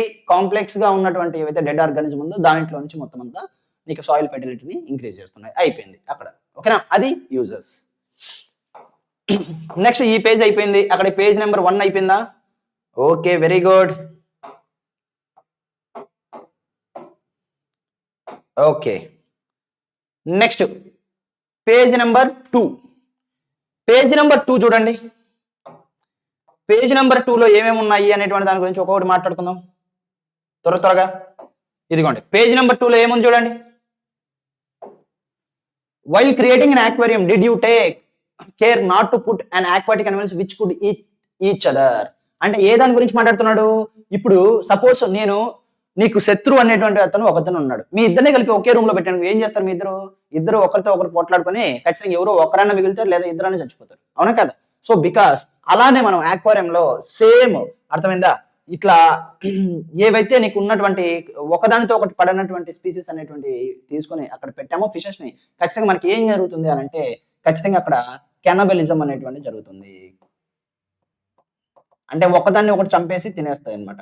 ఎగ్జాంపుల్ గా ఏంటివి అంటే cat fishes, ferocious cat fishes అనమాట. అర్థమైందా? అవి ఎట్లాంటివి అంటే ప్రెడేటర్ నేచర్ కలిగి ఉన్నటువంటి, ఖచ్చితంగా సేమ్ జాతికి అయినా కానీ తినేస్తాయి. సేమ్ జాతి అయినా కానీ తినేస్తాయి. అర్థమైందా? గుర్తుపెట్టుకోండి. అది ఇక్కడ అనమాట. నెక్స్ట్ ఏంటి? నెక్స్ట్ క్వశ్చన్ చూడండి సింపుల్ గా. Make groups and discuss how each of the above groups of organisms are dependent on each other. అది మీరు యాక్టివిటీగా మీరు చేసుకోండి. తర్వాత write and aquatic organism in order to who eat whom and form a food chain.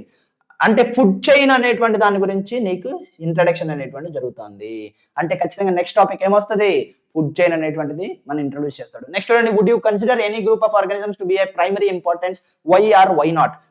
ఖచ్చితంగా primary importance గా ఏ group of organisms మనం పెట్టాలి.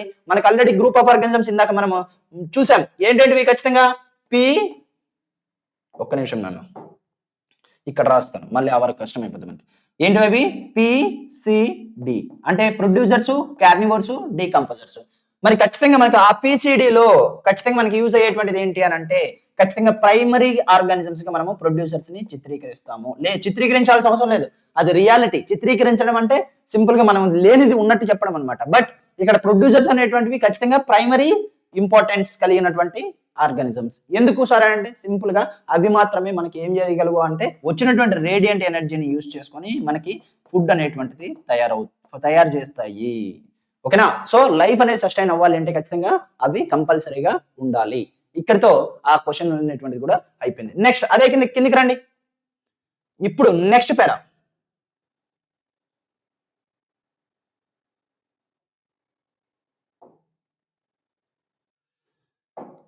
చూడండి. ఏదైతే ఫుడ్ చైన్ అనేటువంటిది ఇచ్చాడో ఆ ఫుడ్ చైన్ గురించి మనం మాట్లాడుకుందాం. ఓకేనా. ఏంటి ఫుడ్ చైన్స్ అనేటువంటి దాని గురించి మాట్లాడుతున్నాం. ఇప్పుడు నెక్స్ట్ టాపిక్ ఏమి ఇచ్చాడు, food chains and food web అనేటువంటి దాని గురించి మాట్లాడాడు. ఆల్రెడీ మనకి ఇంట్రడక్షన్ అయ్యింది. ఫుడ్ చైన్ అంటే ఏంటి అనేటువంటి దాని గురించి ఇప్పుడు మనం మాట్లాడుకుందాం. చూడండి, యాక్టివిటీ అన్నాడు 13.2 అన్నాడు. అంటే ఆ పైన ఇచ్చినటువంటి దాంట్లో organism feeding on one another the series of organisms. అంటే ఇక్కడ సింపుల్ గా ఫుడ్ చైన్ అంటే ఏంటి అనేటువంటి చెప్తున్నాడు. డెఫినేషన్ ఆఫ్ ఫుడ్ చైన్ అనేటువంటిది ఎక్కడ ఉంది సార్ అంటే ఇదిగోండి ఇక్కడ ఉంది. ఫుడ్ చైన్ యొక్క డెఫినేషన్ ఎక్కడ ఉంది అని అంటే ఇదిగో, series of organisms taking part at various biotic levels forms a food chain. ఏవైతే ఆ సిరీస్ ఆఫ్ అంటే పైన చూసాం కదా 3 ఎగ్జాంపుల్ గా రాయండి అని చెప్పేసి అక్కడ మనకు ఒక సిరీస్ అనేటువంటి ఫామ్ అయింది. అలా ఒక్కదానితో ఒకటి ఏది ఏదాన్ని తింటుంది, మళ్ళీ అది ఇంకో దాన్ని ఏదాన్ని తింటుంది. ఆ విధంగా మనం గంగ ఒక చైన్ అనేటువంటిది ఫామ్ చేసి ఆ చైన్ ని గంగ మనం గంగ లేదా ఆ సిరీస్ ఆఫ్ లెవెల్స్ ని మనం ఏమంటాము అని అంటే ఫుడ్ చైన్ అని అంటాము. కంప్లీట్ గా యూనిట్ గా మాట్లాడితే ఫుడ్ చైన్ అంటాం. ఆ పాయింట్ మనకి ఇక్కడ సింపుల్ గా చెప్పాడు. ఓకేనా. నెక్స్ట్ చూడండి, ఇప్పుడు ఈ ఉన్నటువంటి ఫుడ్ చైన్ లో ఖచ్చితంగా ఒక్కొక్క లెవెల్ ని మనం ఏమని పిలుస్తాం సార్ అనేటువంటి దానికి చెప్తున్నాడు. ట్రాపిక్ లెవెల్ అని అంటాము. అర్థమైందా ఏంటి. ఫర్ ఎగ్జాంపుల్ ఫస్ట్ వచ్చేసి గ్రాస్ అనేటువంటిది ఉంది. గ్రాస్ ఏది ఖచ్చితంగా గ్రాస్ హోపర్ అనేటువంటి తింటాంది. గ్రాస్ హోపర్ ని ఫ్రాగ్ తింటాంది. ఫ్రాగ్ ని ఏది స్నేక్ తింటాంది. స్నేక్ ని ఈగల్ తింటాంది. ఓకేనా. ఇలా ఉంది అనుకుందాం, ఇలా ఉంది. ఓకేనా. ఇలా ఉన్నటువంటి ఈ ఏదైతే ఉందో ఇదన్నిటిలో ఖచ్చితంగా ఈ గ్రాస్ అనేటువంటిది ఏదైతే ఉందో ఇది లెవెల్ 1, ఇది లెవెల్ 2, ఇది లెవెల్ 3, ఇది లెవెల్ 4, ఇది లెవెల్ 5. ఒక్కొక్క లెవెల్ ని ఇంకో పేరుగా ఏమనొచ్చు, స్టెప్ 1 అనొచ్చు, లెవెల్ 1 లేదా స్టెప్ 1, లెవెల్ 2 లేదా స్టెప్ 2, లెవెల్ 2, లెవెల్ 3 లేదా స్టెప్ 3. అంటే నేను ఆల్రెడీ చెప్పాను థియరీ చెప్పేటప్పుడు లెవెల్ అన్నా స్టెప్ అన్నా సేమ్ అని. మరి ఒక్కొక్క దాన్ని మనం ఏమైనా ఇదైతే మొత్తం అంతా ఫుడ్ చైన్ కదా, ఈ ఫుడ్ చైన్ లో ఒక్కొక్క దాన్ని మనం మాట్లాడితే ఈ ఫ్రాగ్ ఏంటి అని అంటే లెవెల్ 3. అంటే ఆ లెవెల్ 3ని మనం గంగా టెక్నిక్ గా ఫుడ్ ఏది with related to food chain గురించి మాట్లాడితే ఖచ్చితంగా ఆ లెవెల్ ని మనం ఏమనొచ్చు అంటే ట్రాఫిక్ లెవెల్. ఫుడ్ లెవెల్ అంటే ఫుడ్ చైన్ లో ఇన్వాల్వ్ అవుతుంది కాబట్టి ట్రాఫిక్ అనే దానికి ఏంటంటే ఫుడ్ అని మీన్. అర్థమైందా ఏంటి ఫుడ్ అని. సో ఖచ్చితంగా అక్కడ ఏమంటే ట్రాపిక్ లెవెల్ అని చెప్పేసి మాట్లాడతాం. ఇలా ఉన్నట్టు ఇదేమో ట్రాపిక్ లెవెల్ 1, ఇదేమో trophic level 2, trophic level 3, trophic level 4, trophic level 5. అట్లా నెంబర్ ఆఫ్ ట్రాపిక్ లెవెల్ మీద మీకు క్వశ్చన్ వచ్చేటువంటి అవకాశం ఉంటుంది. సో జాగ్రత్తగా గుర్తుపెట్టుకోండి. ఓకేనా. ఇప్పుడు ఫస్ట్ ట్రాపిక్ లెవెల్లో ఖచ్చితంగా ఎవరు ఉంటారు అనేటువంటి దాని గురించి మాట్లాడుతున్నారు. ఫస్ట్ ట్రాపిక్ లెవెల్ ఎవరు ఉంటారు, ఆటోట్రోఫ్స్ లేదా ప్రొడ్యూసర్స్. అవే ప్రొడ్యూసర్స్ అంటే ఏంటంటే ఆటోట్రోఫ్స్, నథింగ్ బట్ ఏవైతే ఫుడ్ తయారు చేసుకోవాలనేటువంటి కెపాసిటీ అంటే రేడియంట్ ఎనర్జీ నుంచి లైట్ ఎనర్జీ అక్కడి నుంచి మళ్ళీ నీకు ఇన్ఆర్గానిక్ సబ్స్టాన్సెస్ ని యూస్ చేసుకుని ఆర్గానిక్ సబ్స్టాన్సెస్ గా మార్చడానికి గల సామర్థ్యం ఉన్నటువంటి వాటిని మనం ఏమంటామంటే ఖచ్చితంగా ఆటోట్రోఫ్స్ అంటాం కదా. అవి మనకి ఫస్ట్ ట్రాపిక్ లెవెల్. మరి అవి ఏం చేస్తాయి అనేటువంటిది ఇక్కడ చెప్పాడు. ఇక్కడ అర్థమైందా. ఇదిగోండి, they fix up the solar energy and make availability. అన్ని మనం పైన మాట్లాడుకున్నాం. ఇప్పుడు కన్జ్యూమర్ చూడండి, అంటే కన్జ్యూమర్స్ లో ఏముంది హెర్బివోర్స్. హెర్బివోర్స్ అనేటువంటి ఏమిటివి, ఇప్పుడు కన్జ్యూమర్సే ఇందాక మనం ఏం మాట్లాడుకున్నాము, కన్జ్యూమర్స్ అనేటువంటివి ఖచ్చితంగా ఎన్ని రకాలుగా ఉంటుందని మాట్లాడుకున్నాం. ఒక నిమిషం దాన్ని రాస్తాను, ఎక్కడ రాద్దాం. ఓకే కిందికి దించు. సరే, ఇక్కడ రాస్తాను చూడండి. ఈ ఉన్నటువంటి ఈ పేరా మొత్తం ఏ దాని గురించి మాట్లాడాడు అని అంటే కన్జ్యూమర్స్ అనేటువంటి ఏవైతే ఉన్నాయో, ఏంటివి కన్జ్యూమర్స్. ఈ కన్జ్యూమర్స్ ఎన్ని ఉన్నాయి మొత్తం కూడా మనకి తెలుసు, హెచ్ కాప్ అని ఉన్నాయి అని చెప్పేసి. ఓకేనా? హెచ్ అంటే హెర్బివోర్. హెర్బివోర్ అనేటువంటిది కన్జ్యూమర్ లో ఏంటి ప్రైమరీ కన్జ్యూమర్, అంటే first primary consumer, primary consumer. ఇది సెకండరీ కన్జ్యూమర్, నెక్స్ట్ ఇది టెరిషరీ కన్జ్యూమర్. ఇట్లా ఈ విధంగా ఫామ్ అవుతుంది. అంటే మరి ఆమ్నివోర్ అనేది టెరిషరీనా సార్ అంటే ఆమ్నివోర్ టెరిషరీ కాదు. అర్థమైందా? గుర్తుపెట్టుకోండి. ఏంటి ఆమ్నివోర్ అనేటువంటిది టెరిషరీ కాదు. ఓన్లీ మనము హెచ్ అండ్ సి గురించే మాట్లాడతాం. అందుకే చూడండి ఇక్కడ బాగా చదవండి. Herbivores are the primary consumers అని అన్నాడు. అర్థమైందా? ప్రైమరీ కన్జ్యూమర్స్ అన్నాడు. తర్వాత కార్నివోర్స్ అని ఏమన్నాడు? సెకండరీ కన్జ్యూమర్స్ అని అన్నాడు. కార్నివోర్స్ ని సెకండరీ కన్జ్యూమర్స్ అన్నారు. మళ్ళీ సెకండరీ కన్జ్యూమర్స్ అనేటువంటివి ఖచ్చితంగా మళ్ళీ ఏమవుతాయి సార్ అంటే నీకు ఏది ప్రైమరీ కార్నివోర్ అని సెకండరీ కార్నివోర్ అని ఇలా డివైడ్ అవుతుంది. ఆ పాయింట్ అన్ని కూడా నీకు ఇక్కడ క్లియర్ గా చెప్పాడు. చూడండి, tertiary consumers form the fourth trophic level. Fourth trophic లెవెల్లో ఎవరు ఉంటారు అంటే అక్కడ మాక్సిమం గా టెరిషరీ కన్జ్యూమర్స్ అనేటువంటి ఉంటాయి అని చెప్పేసి మీకు అడగడం జరిగింది. గుర్తుపెట్టుకోండి. ఓకేనా? Simple thing. నెక్స్ట్ దాని కింద ఉన్నటువంటి దాని గురించి మనం మాట్లాడుకుందాం.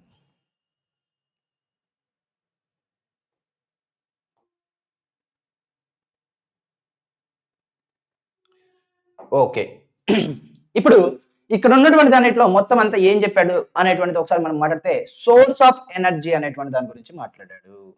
సోర్స్ ఆఫ్ ఎనర్జీ ఆల్రెడీ మాట్లాడుకున్నాం, సన్లైట్ అని చెప్పేసి. సో దాని గురించి మళ్ళీ ఎక్కువగా మనం మాట్లాడుకోవాల్సిన అవసరం లేదు. మరి ఇక్కడ ఏంటి అని అంటే ఒక్కటే గుర్తుపెట్టుకోండి, ఇదిగో interactions among various components of the environment involves flow of energy. అర్థమైందా? అంటే ఇక్కడ ఈ ఫ్లో ఆఫ్ ఎనర్జీ అనేటువంటి దాని గురించి మాట్లాడుతున్నాడు. చాలా చాలా ఇంపార్టెంట్, చాలా జాగ్రత్తగా వినండి అన్న. ఏంటి ఫ్లో ఆఫ్ ఎనర్జీ అనేటువంటి దాని మీద మాట్లాడుతున్నాడు.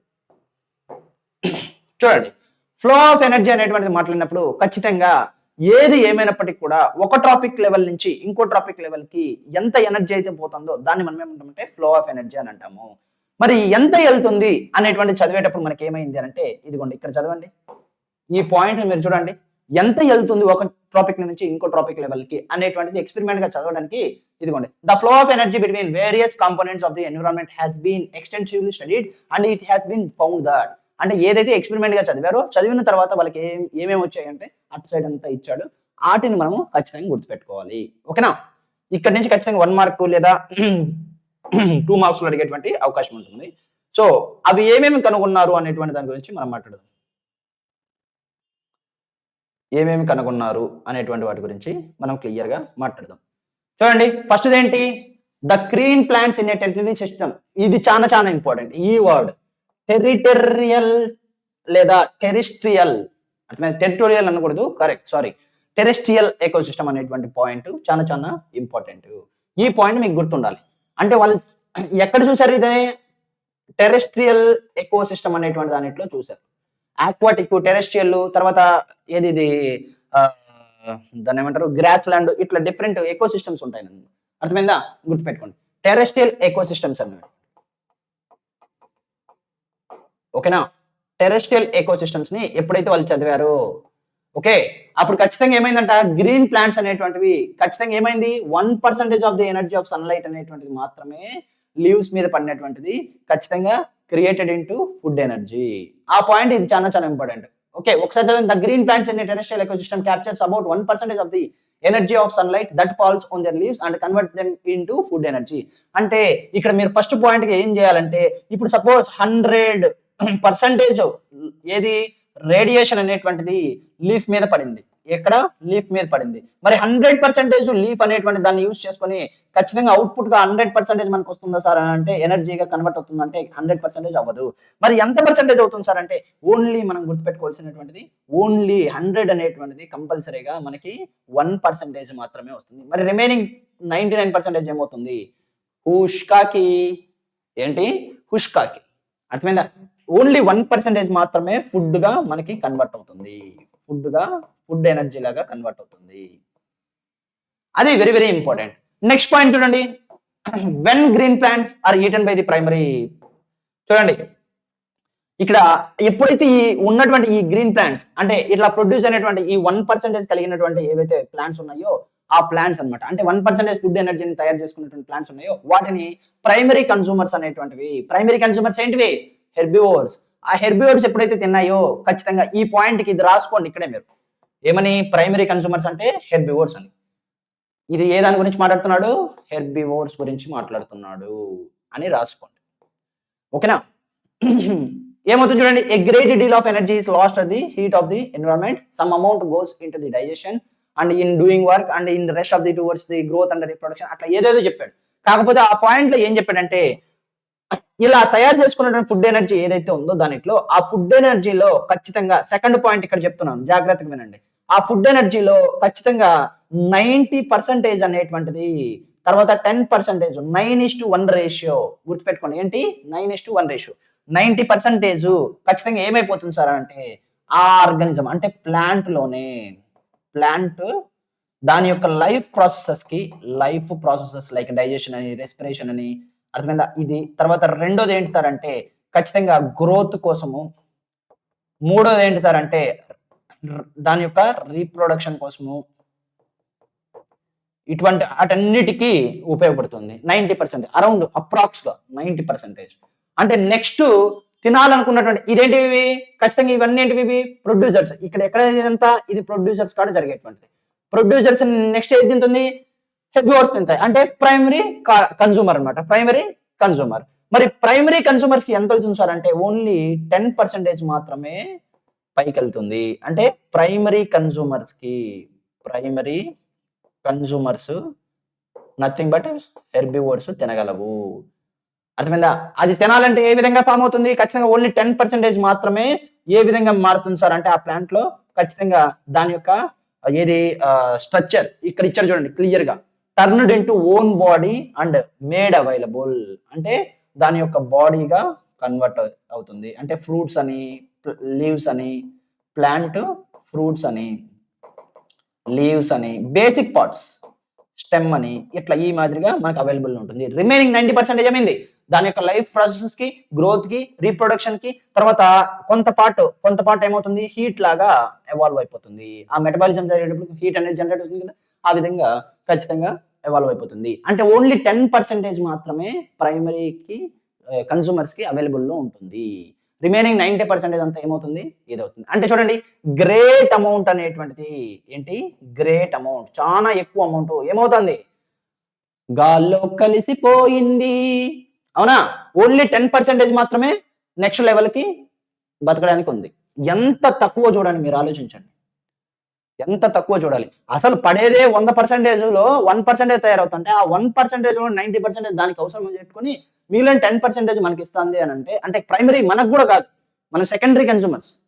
టు బి ఫ్రాంక్ గా మాట్లాడాలంటే ఓకేనా? ఎందుకు మనం క్యార్నివర్స్ ఫుడ్ చైన్ అనేది పక్కన పెట్టేస్తే మనం జస్ట్ డైరెక్ట్ గా మాట్లాడుతున్నాం. డైరెక్ట్ గా మాట్లాడితే ఓకేనా? థర్డ్ లెవెల్లో మన థర్డ్ ట్రాపిక్ లెవెల్లో ఉంటే అప్పుడు నేను మాట్లాడేది చూడండి ఇది. ఓకే, నెక్స్ట్ పాయింట్ ఏం చెప్పాడో ఒకసారి మాట. నెక్స్ట్ పాయింట్ ఏం చెప్పాడు? Therefore 10% can be taken as average value for the amount of organic matter. అదే చెప్పాం ఇక్కడ. ఆ 10% ఏదైతే ఉందో దాన్నే మనకి అవైలబుల్ లో ఉంటుందని చెప్పేసి ఆ పాయింట్ ఇక్కడ క్లియర్ గా చెప్తున్నాడు.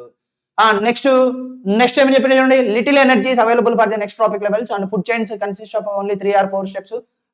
తర్వాత అంటే ఇక్కడ ఏమని చెప్తున్నాడు ఈ పాయింట్ లో అని అంటే ఒకటి ఉన్నటువంటి ఎనర్జీ అనేటువంటిది ఖచ్చితంగా ఎలా ఉంటుంది? ఎనర్జీ తక్కువ ఉంటుంది. ఒకటి ఎనర్జీ 10% అంటే ఎనర్జీ ఎలా ఉంది? వెరీ లో అనేటువంటిది చెప్తున్నాడు. Energy very low. మరి సెకండ్ పాయింట్ ఏం చెప్తున్నాడు సార్ అని అంటే సింపుల్ గా మీరు గుర్తుపెట్టుకోవాల్సింది ఖచ్చితంగా ఏదైనా మనం గంగా ఫుడ్ చైన్ అనేటువంటిది చూసినప్పుడు ఫుడ్ చైన్ లో ఖచ్చితంగా మాక్సిమం ఎన్ని ఉంటాయి సార్ అంటే 3 to 4 లెవెల్స్ అనేటువంటివే ఉంటాయి అని చెప్తున్నాడు. ఎందుకు అంటే మీరు ఆల్రెడీ గమనించారు 1% లో నుంచి తయారయ్యేది 100% లో, ఆ 100% లో నుంచి 10% మాత్రమే నెక్స్ట్ లెవెల్ కి ఉంది అంటే దాని మళ్ళీ ఏమవుతుంది? దానిట్లో మళ్ళీ 90% అనేటువంటిది ఆగిపోతుంది. 10% మాత్రమే నెక్స్ట్ లెవెల్ కి వెళ్తుంది. అంటే రాను ఏమవుతుంది? బికాస్ ఎందుకు 3 to 4 ఉంటాయి సార్ అంటే because energy become very less when tropic level is increasing. ఆ పాయింట్ ఇక్కడ చెప్పాడు చూడండి. Very little usable energy remains after 4 trophic levels. 4 trophic levels తర్వాత ఖచ్చితంగా ఫస్ట్ ఏమో energy become very very less, and second point ఏంటి, very little ఏది usable energy అనేటువంటిది available for 4th trophic level. Available for 4th trophic level. అర్థమైందా? ఇంకా అంతకు మించి మాక్సిమం ఉండవు అని చెప్పేసి సింపుల్ గా చెప్తున్నాడు.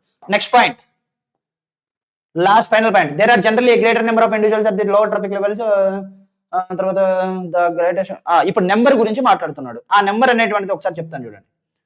ఏదైతే ట్రాపిక్ లెవెల్ అనేటువంటిది మనం తీసుకున్నామో ఆ ట్రాపిక్ లెవెల్లో ఖచ్చితంగా ఇప్పుడు ట్రాపిక్ లెవెల్స్ ఇలా తీసుకున్నాం అనుకో ఎగ్జాంపుల్ గా, ఇక్కడ ఏముంది లోవర్ లో ఖచ్చితంగా ప్రొడ్యూసర్స్, పైన ఉండేటువంటిది ఏంటి ఖచ్చితంగా ప్రొడ్యూసర్స్ అంటే ఏంటి ఇది ఖచ్చితంగా ఫస్ట్ ట్రాపిక్ లెవెల్. ఇక్కడ ట్రాపిక్ లెవెల్ కదా మాట్లాడుతున్నాం, ఎస్ ట్రాపిక్ లెవెల్. ఇదేమో lower trophic level, trophic level 1 అని. మరి ఇదేంటిది higher trophic level. Higher trophic లెవెల్లో ఖచ్చితంగా ఇక్కడ చూడండి నెంబర్ ఏమైపోతుంది సార్ అంటే చిన్నగా అయిపోతుంది.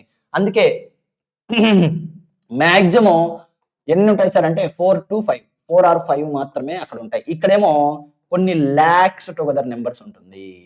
ఏంటి లాక్స్ టుగెదర్ అనేటువంటిది ఉంటుంది. ఆ పాయింట్ చెప్తున్నాడు ఇక్కడ. There are generally a greater number of individuals at the lower trophic level and upper trophic level. If you talk about that then surely there will be very less number of individuals అని చెప్పేసి simple గా మాట్లాడుతున్నాడు. ఓకేనా? Next ఇక్కడతో ఈ page అయిపోయిందా అనుకోమాకండి. ఇక్కడ ఖచ్చితంగా మీకు డయాగ్రామ్ బేస్డ్ గా అడిగేటువంటిది ఒక క్వశ్చన్ ఉంది. ఆ క్వశ్చన్ ని చూసుకొని వెళ్ళిపోదాం.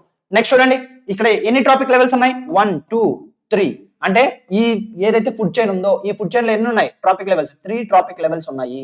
Then what about these below 1, 2, 3, 4, 5 trophic levels ఉన్నాయి. నెక్స్ట్ వాట్ అబౌట్ దీస్ ఖచ్చితంగా 1, 2, 3, 4. అర్థమైందా? ఎన్ని 4 ట్రాపిక్ లెవెల్స్ అనేటువంటివి ఉన్నాయి. సింపుల్, అక్కడ వచ్చేటువంటి క్వశ్చన్ అదే అనమాట. ఓకేనా? గుర్తుపెట్టుకోండి. మరి ఇంకో పాయింట్ కూడా మీరు గుర్తుపెట్టుకోవాల్సి వస్తుంది ఖచ్చితంగా. ఏంటి సార్ అంటే ఇదిగోండి, ఇక్కడ ఈ ట్రాపిక్ లెవెల్ ఏ అనేటువంటిది ఫారెస్ట్ లో చూసాము, బి అనేటువంటిది గ్రాస్ ల్యాండ్ లో చూసాము, సి అనేటువంటిది పాండ్ లో చూసాము. ఓకేనా? గుర్తుపెట్టుకోండి. ఆ పాయింట్ మీరు చాలా జాగ్రత్తగా గుర్తుపెట్టుకోవాలి. మరి ఏ విధంగా గుర్తుపెట్టాలి సార్? సింపుల్, ఏముంది పాండ్ లో అయిందనుకో ఆక్వాటిక్ ప్లాంట్ అనేటువంటిది ఇస్తాడు, ఆక్వాటిక్ ప్లాంట్. మరి ఇది గ్రాస్ ల్యాండ్ అన్నాడు అనుకో ఖచ్చితంగా గ్రాస్ అనేటువంటిది మెన్షన్ చేస్తాడు. అదే ఫారెస్ట్ అన్నాడు అనుకో పెద్ద పెద్ద ఏది వాటిని ఏమంటారు ట్రీస్ ఇట్లాంటివి ఇస్తాడు. అంటే ఉండేటివన్నీ కూడా పెద్ద పెద్ద ఆర్గానిజమ్స్ అనేటువంటి ఇన్వాల్వ్ అవుతాయి. ఇక్కడ చూస్తే కనుక మీకు ఖచ్చితంగా ఆక్వాటిక్ అనిమల్స్ అనేటువంటిది ఎక్కువగా ఉంటుంది. ఆక్వాటిక్ అనిమల్స్ అనేటువంటివి వాటర్ లో బతికేటువంటివి ఎక్కువగా ఉంటాయి. ఓకేనా? గుర్తుపెట్టుకోండి. ఇది సింపుల్. ఓకే, నెక్స్ట్ ఈ పేజ్ తో పేజ్ 2 అనేటువంటిది కూడా క్లియర్ గా చెప్పడం జరిగిపోయింది. మీరు చదువుకోండి. తర్వాత ఇప్పుడు page number 3 very very important page number నా పరంగా. ఎందుకంటే హయ్యర్ ఎడ్యుకేషన్ లో ఖచ్చితంగా మీకు ఇవన్నీ కూడా చాలా యూస్ఫుల్ అయ్యేటువంటి పేజ్ ఇది. ఓకే, ఒకసారి దీన్ని కూడా త్వరగా చదువుకునేద్దాం. ఓకేనా? ఏంటి త్వరగా చదివేసుకుందాం పిల్లలు, రండ్రా చదవండ్రా. ఇప్పుడు చూడండి, ఇక్కడ నెక్స్ట్ పాయింట్ ఇచ్చాడు. The length and complexity of food chains vary greatly. Yes, ఇందాకే చూసాం ఫారెస్ట్ లో ఏమో 3 ఉంది. మరి 3 ఉంటుందా సార్ అంటే అన్నిటికీ 3 ఉండదు. మనం తీసుకుంటే ట్రాపిక్ లెవెల్స్ పెరగచ్చు. ఓకేనా? So each organisms is generally eaten by 2 or more other. అంటే ఇక్కడ సింపుల్ గా ఏం చెప్తున్నాడు అంటే ఈ పాయింట్ లో ఖచ్చితంగా ఫుడ్ చైన్ అనేటువంటి దాని గురించి మాట్లాడుతున్నాడు. ఫుడ్ చైన్ లేదా ఫుడ్ వెబ్ అనేటువంటిది. సారీ, ఫుడ్ చైన్ కాదు, ఫుడ్ చైన్ ఇంతకుముందు మాట్లాడినాడు. ఇప్పుడు ఫుడ్ వెబ్. ఏంటిది ఫుడ్ వెబ్ అనేటువంటి దాని గురించి మాట్లాడుతున్నాడు. ఏంటి food web. What is mean by food web? ఇదిగోండి ఇక్కడ ఉంది డెఫినేషన్. ఏంటి డెఫినేషన్ ఎక్కడ ఉంది? ఇదిగోండి,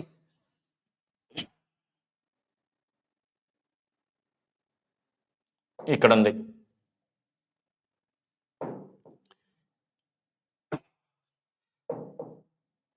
అర్థమైందా? ఏంటి ఫుడ్ వెబ్ అంటే ఏంటి అనేటువంటి ఇక్కడ ఉంది.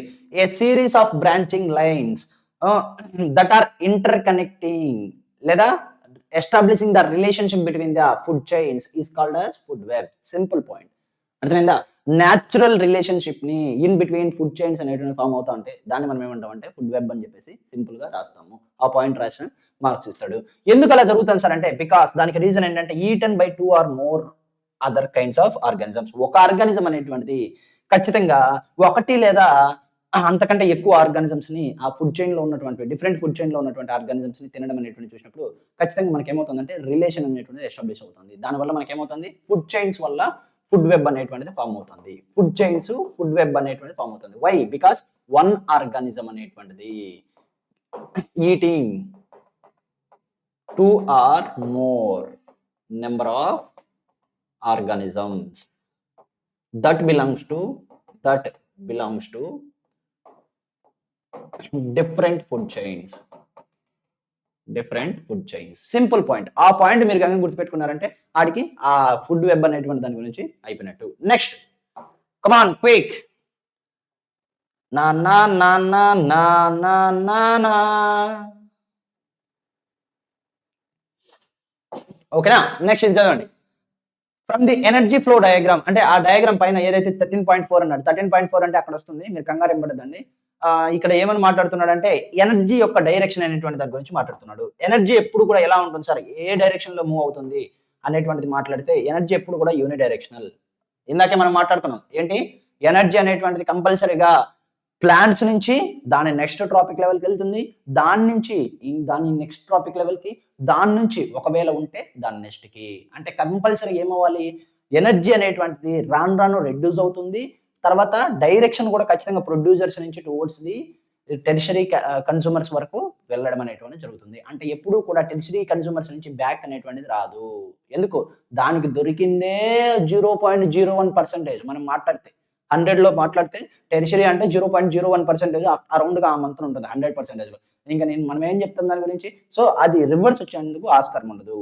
ఏదున్నా యూని డైరెక్షనల్. ఆ పాయింట్ అనేటువంటిది మీకు చాలా చాలా ఇంపార్టెంట్. అర్థమైందా? ఎందుకు దానికి కారణం సార్ అంటే ఇదిగోండి,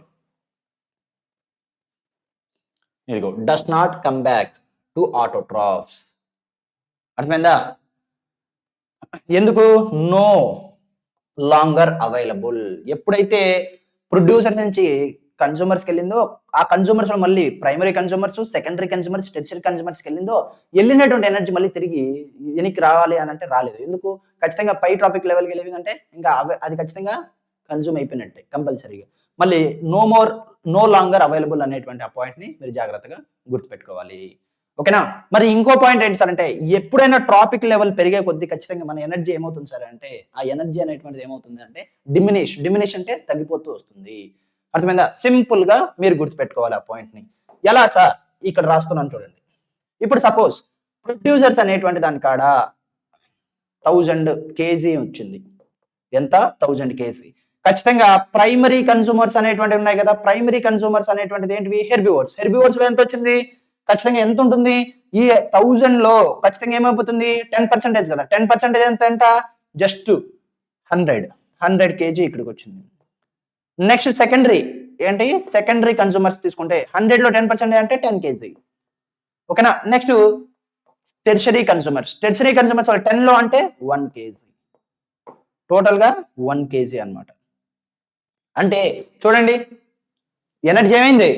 1000 కాస్త 1 kg అయిపోయింది. అంటే తగ్గిపోతూ, డిమినిష్ అంటే తగ్గిపోవడము. ఆ విధమైనటువంటి చర్య అనేటువంటిది మనము క్లియర్ గా చూస్తాము. ఆ పాయింట్ మీకు అర్థమైందా?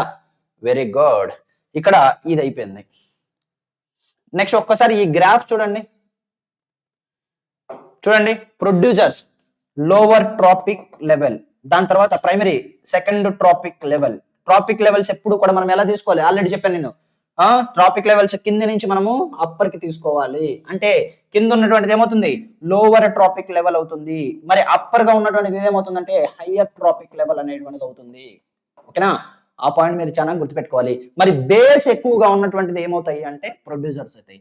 బేస్ చాలా తక్కువ ఉన్నటువంటిది అంటే చూడండి, ఇట్లా ఏదైతే మనం పిరమిడ్ అనేటువంటిది గీసామో, పిరమిడ్ యొక్క బేస్, ఈ క్వశ్చన్ అడగచ్చు మీకు.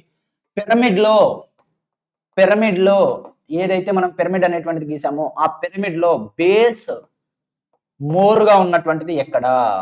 అర్థమైందా? లేదా బేస్ అనేటువంటిది లీస్ట్ గా ఉన్నటువంటిది ఎక్కడ?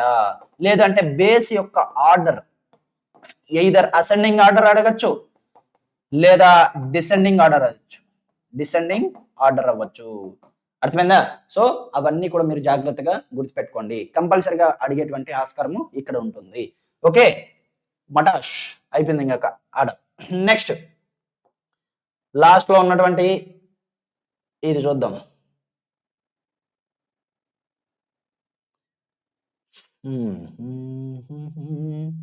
ఓకే, కనబడుతుంది కదా, వెరీ గుడ్. నెక్స్ట్ చూడండి,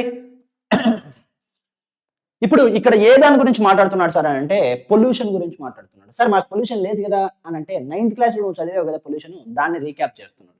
చూడండి అందుకే ఏమని చెప్తున్నాడు ఇక్కడ, క్లాస్ 9th అని మెన్షన్ చేశాడు. సార్ నేను 9th క్లాస్ చదివింది 9th క్లాస్‌లో వదిలేసానంటే వదిలేయి, నాకేమి, నాకు కూడా అవసరం లేదు. జస్ట్ ఊరికి ఇంట్రడక్షన్ ఇచ్చే మీకు జ్ఞప్తి చేస్తున్నాడు. ఓకేనా, ఏమని చెప్తున్నాడు ఆ పాయింట్ చూడండి. ఇక్కడ ఏమన్నాడు, another important aspects of food chain is annoyingly some harmful chemicals enters our body through the food chain. అర్థమైందా? అంటే ఇక్కడ ఈ పాయింట్ మొత్తం అంతా దేని గురించి మాట్లాడతాడు అని అంటే, సింపుల్ గా బయోమాగ్నిఫికేషన్ గురించి మాట్లాడడానికి ఇంట్రడక్షన్ చెప్తున్నాడు. మ్యాగ్నిఫికేషన్, బయోమాగ్నిఫికేషన్ అంటే ఏంటి అనేటువంటి దాని గురించి మనం తెలుసుకోవాలి. సింపుల్ థింగ్, అర్థమైందా? మరి ఎలా అవుతుంది అనేటువంటిది ప్రొసీజర్. ఇక్కడ one of the reasons is use of several pesticides and other chemicals. ఏదైతే ఇది ఉందో ఈ పాయింట్ మీరు ఖచ్చితంగా గుర్తుపెట్టుకోవాలి. ఎందుకు బయోమాగ్నిఫికేషన్ అనేటువంటిది అలా జరుగుతుంది అనేటువంటిది అంటే, దానికి ఎక్కువగా పెస్టిసైడ్స్ కెమికల్స్ వాడడం వల్ల ఖచ్చితంగా అక్కడ ఏమవుతుంది అని అంటే, అవి వాటర్ ఎక్కువగా ఉన్నప్పుడు లేదా వాటర్ పడినప్పుడు ఖచ్చితంగా లేదా మనం ప్రొవైడ్ చేసేటువంటి ఇరిగేషన్ టైంలోనూ వాటర్తో పాటు కొట్టుకొని పోయి ఖచ్చితంగా ఎయిదర్ సాయిల్లోనే ఉంటున్నాయి లేదా వాటర్ బాడీస్లోనా అక్యుములేట్ అవుతున్నాయి. అర్థమైందా? సింపుల్ గా సాయిల్ నుంచి అయితే కనుక ఖచ్చితంగా అవన్నీ మళ్ళీ ప్లాంట్స్ అనేవి అబ్జర్వ్ చేసుకుంటున్నాయి. అదే కనుక నీకు వాటర్ లో అయితే కనుక ఖచ్చితంగా ఏమవుతుందంటే, వాటర్ బాడీస్ లో ఆక్వాటిక్ ప్లాంట్స్ అనిమల్స్ అనేటువంటి వాటిని తీసుకుంటున్నాయి. సో అక్కడి నుంచి మనకు తెలుసు ప్లాంట్స్ అనేటువంటివి ఏంటివి, either it may be aquatic animal, aquatic plants, లేదా either it may be the terrestrial plants, whatever it may B.